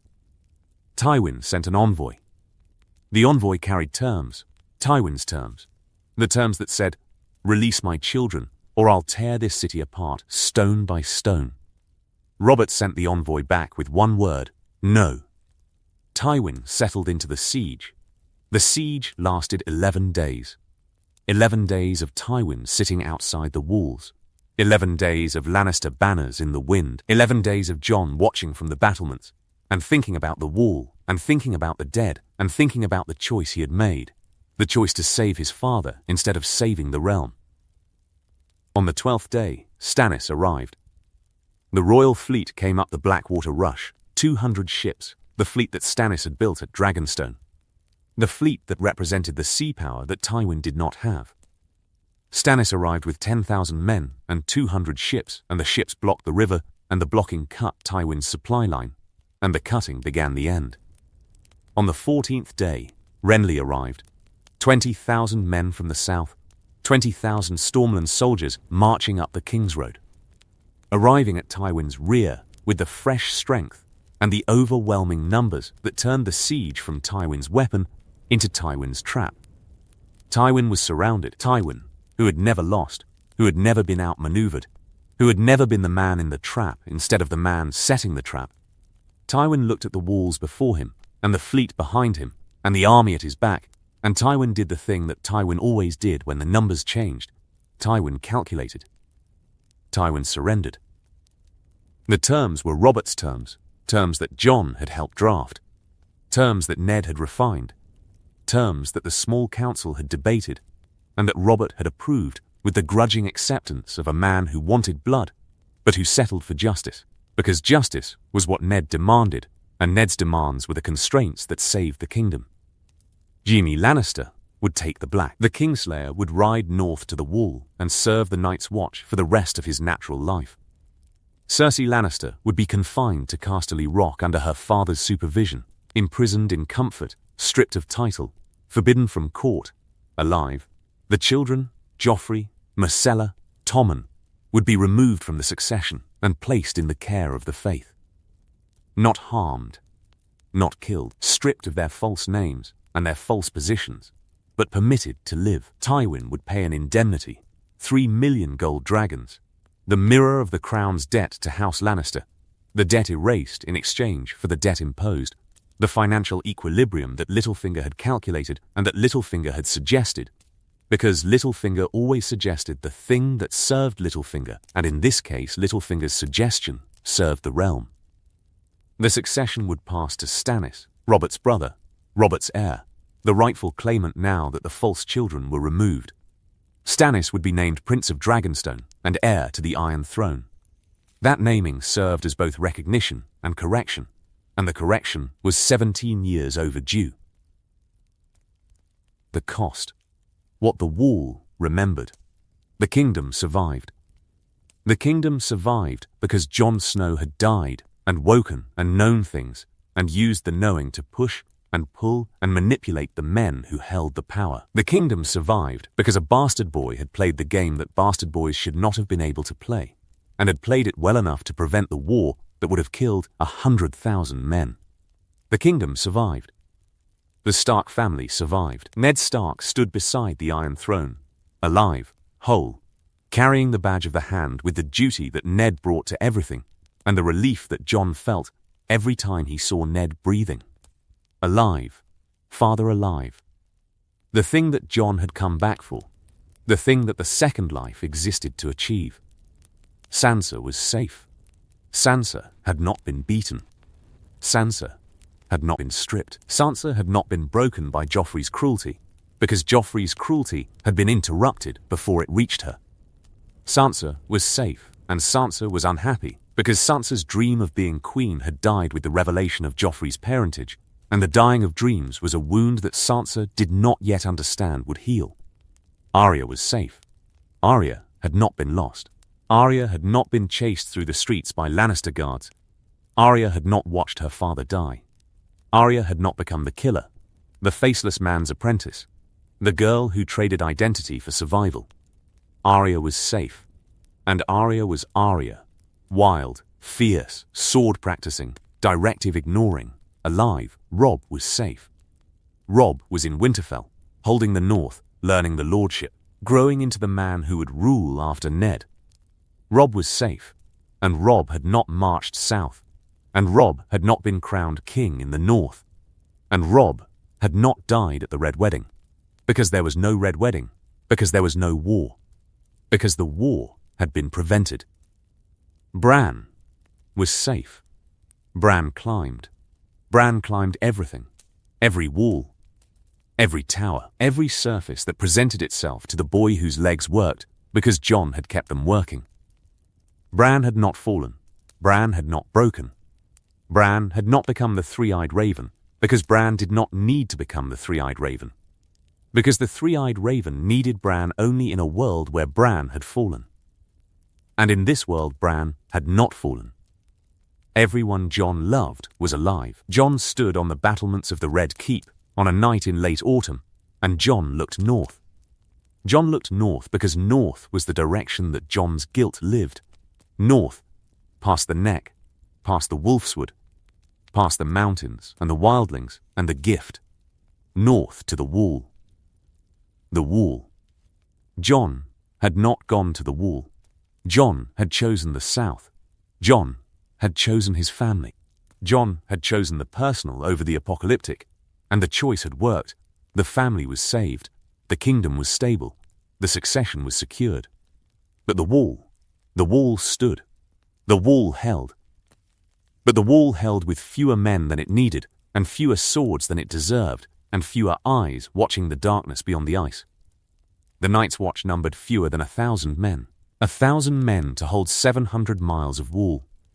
1,000 men to watch the passes and the gates and the shadows where the dead gathered and grew. Jon had planned to go to the wall. Jon had planned to warn the Watch. Jon had planned to prepare the realm for the threat that nobody believed existed. Instead, Jon had gone south. Instead, Jon had saved Ned. Instead, Jon had prevented the war. Instead, Jon had played the Game of Thrones and had won, and the wall stood unwarned. Jon looked north, and Jon felt the weight of the other choice, the road not taken, the duty abandoned. The Night King was out there. The army of the dead was out there. The 1,000-year winter was approaching, and the approach was the threat, and the threat was real, and the reality did not care about Jon's family, or Jon's choices, or Jon's love. Jon had sent Jaime to the wall. Jaime Lannister, the best sword in Westeros, was riding north to take the Black. One good sword. One exceptional sword. But one sword did not replace the Lord Commander who would have been.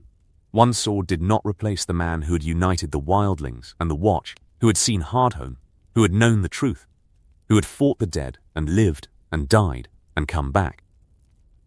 Jon had not gone to the wall, and the wall did not have Jon. "You're looking north again." Ned's voice. Ned behind Jon on the battlements. Ned who had survived. Ned who was alive. Ned who breathed and spoke and existed because Jon had pulled him back from the edge that the first life had pushed him over. "Always north," Jon said. Missing Winterfell? Missing something. Ned stood beside Jon. Father and son, the false father, the hidden son, the relationship built on the lie that protected and the lie that concealed and the love that transcended both. "You saved me," Ned said. "You know that. I didn't save you. You saved yourself. I just pointed. You pointed me at the truth. You pointed me at the book, the armorer, the evidence. You pointed me at the danger. You pointed me toward action when my instinct was to deliberate. Without your pointing, I would be dead. Say it, Jon. I would be dead. Cersei would have had me arrested. Littlefinger would have betrayed me. The gold cloaks would have turned. I would have died on the steps of the Sept of Baelor with my girls watching." Jon closed his eyes. The image that Jon carried from the first life. The image that was the core of the grief.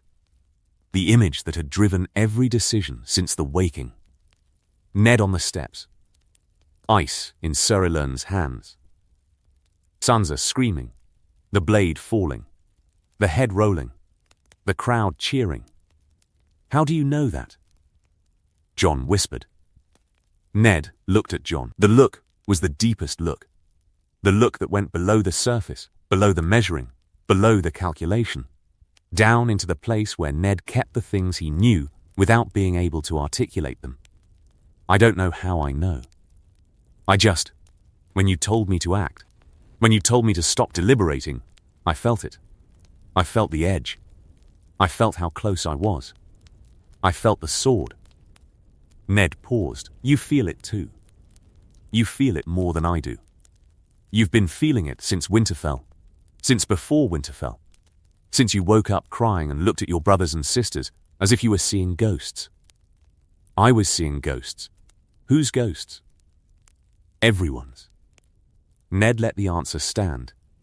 Ned let the answer exist without pressing it, without demanding the explanation, without forcing the truth, without breaking open the shell that Jon had built around the knowledge.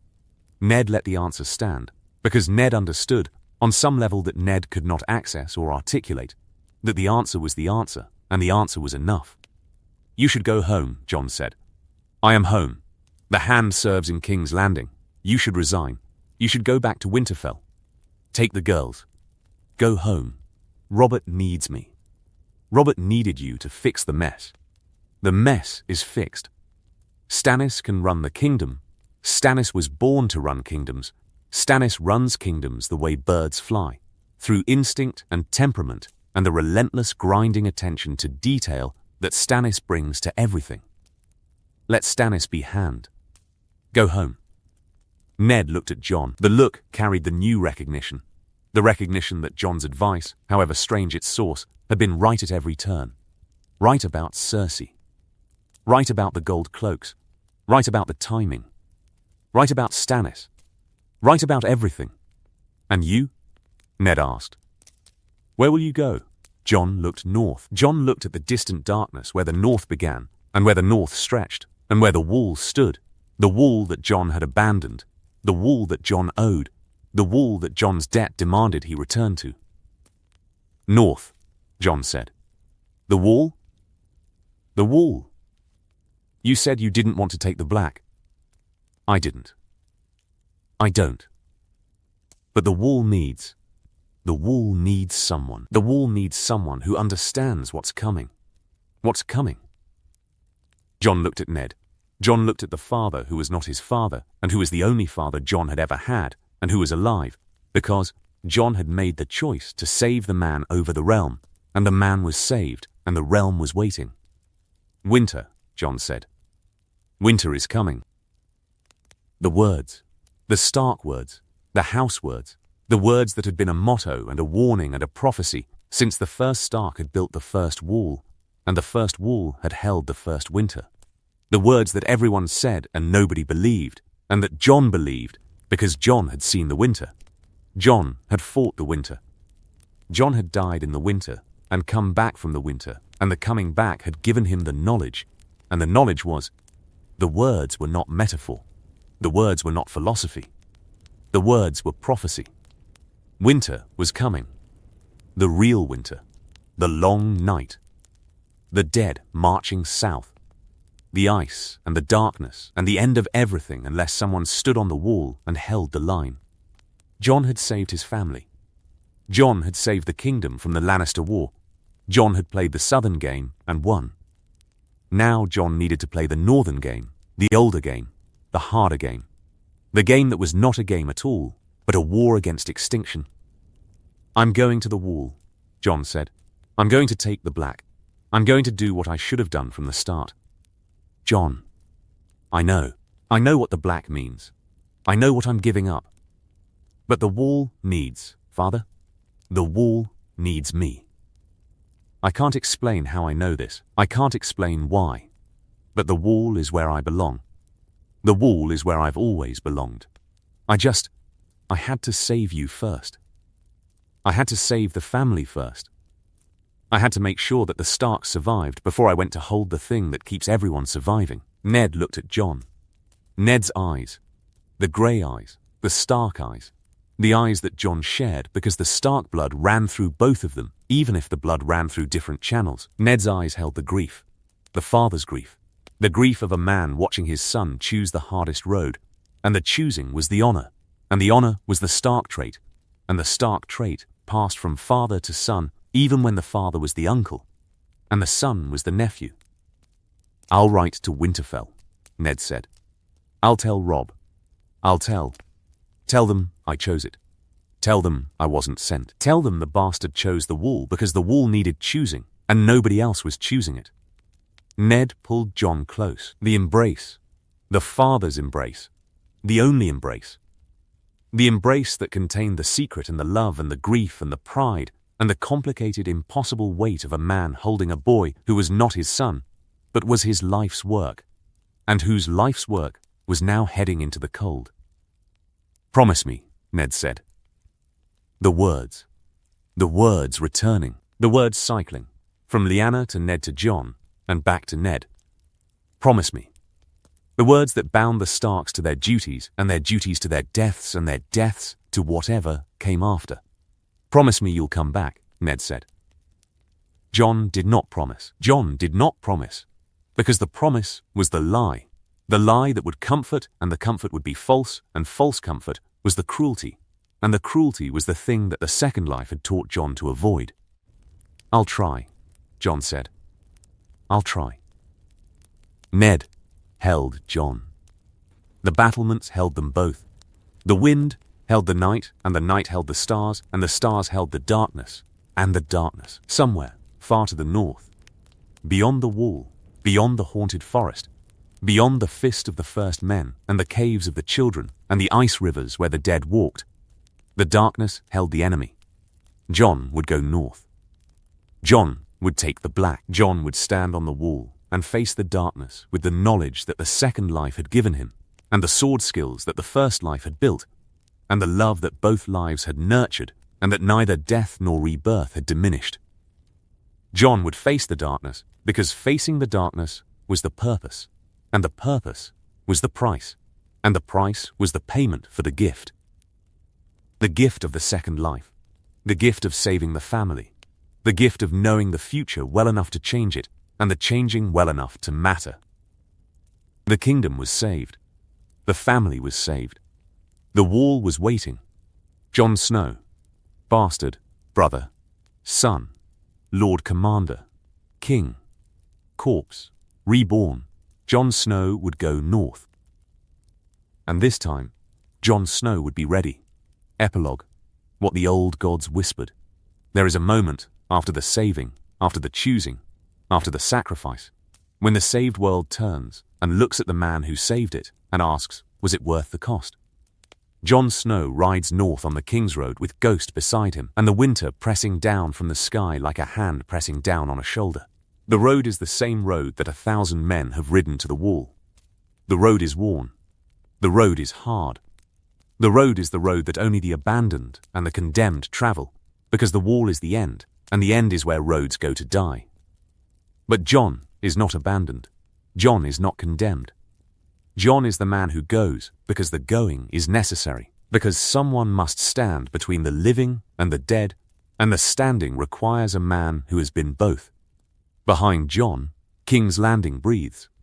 Behind Jon, Ned Stark governs, poorly, awkwardly, with the northern discomfort that Ned brings to southern institutions, but governing. Alive, governing, and alive. The two words that Jon came back to make true.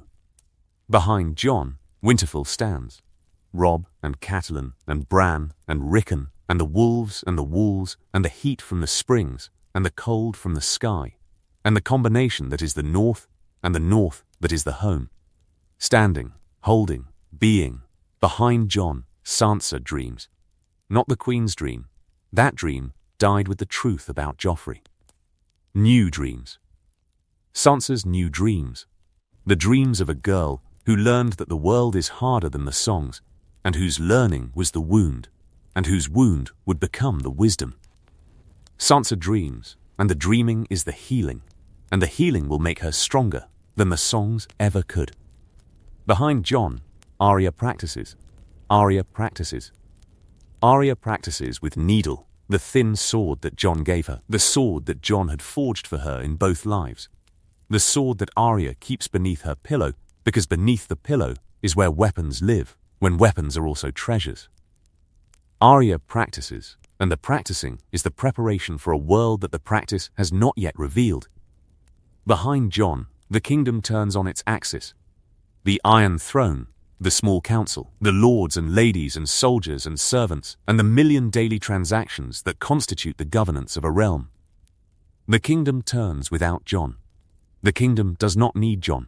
The kingdom needed Jon once, needed him to prevent the collapse, to guide the father, to stop the war, and the needing was the purpose, and the purpose was served, and the serving freed Jon to serve elsewhere.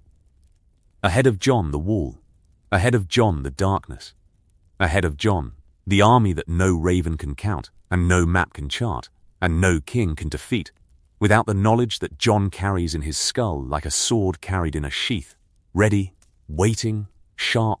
Jon rides north. Ghost runs beside the horse. The wolf is larger now, larger than a hound.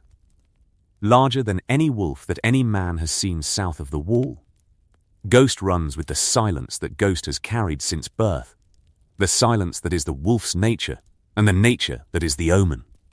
The silent wolf. The white wolf. The ghost wolf.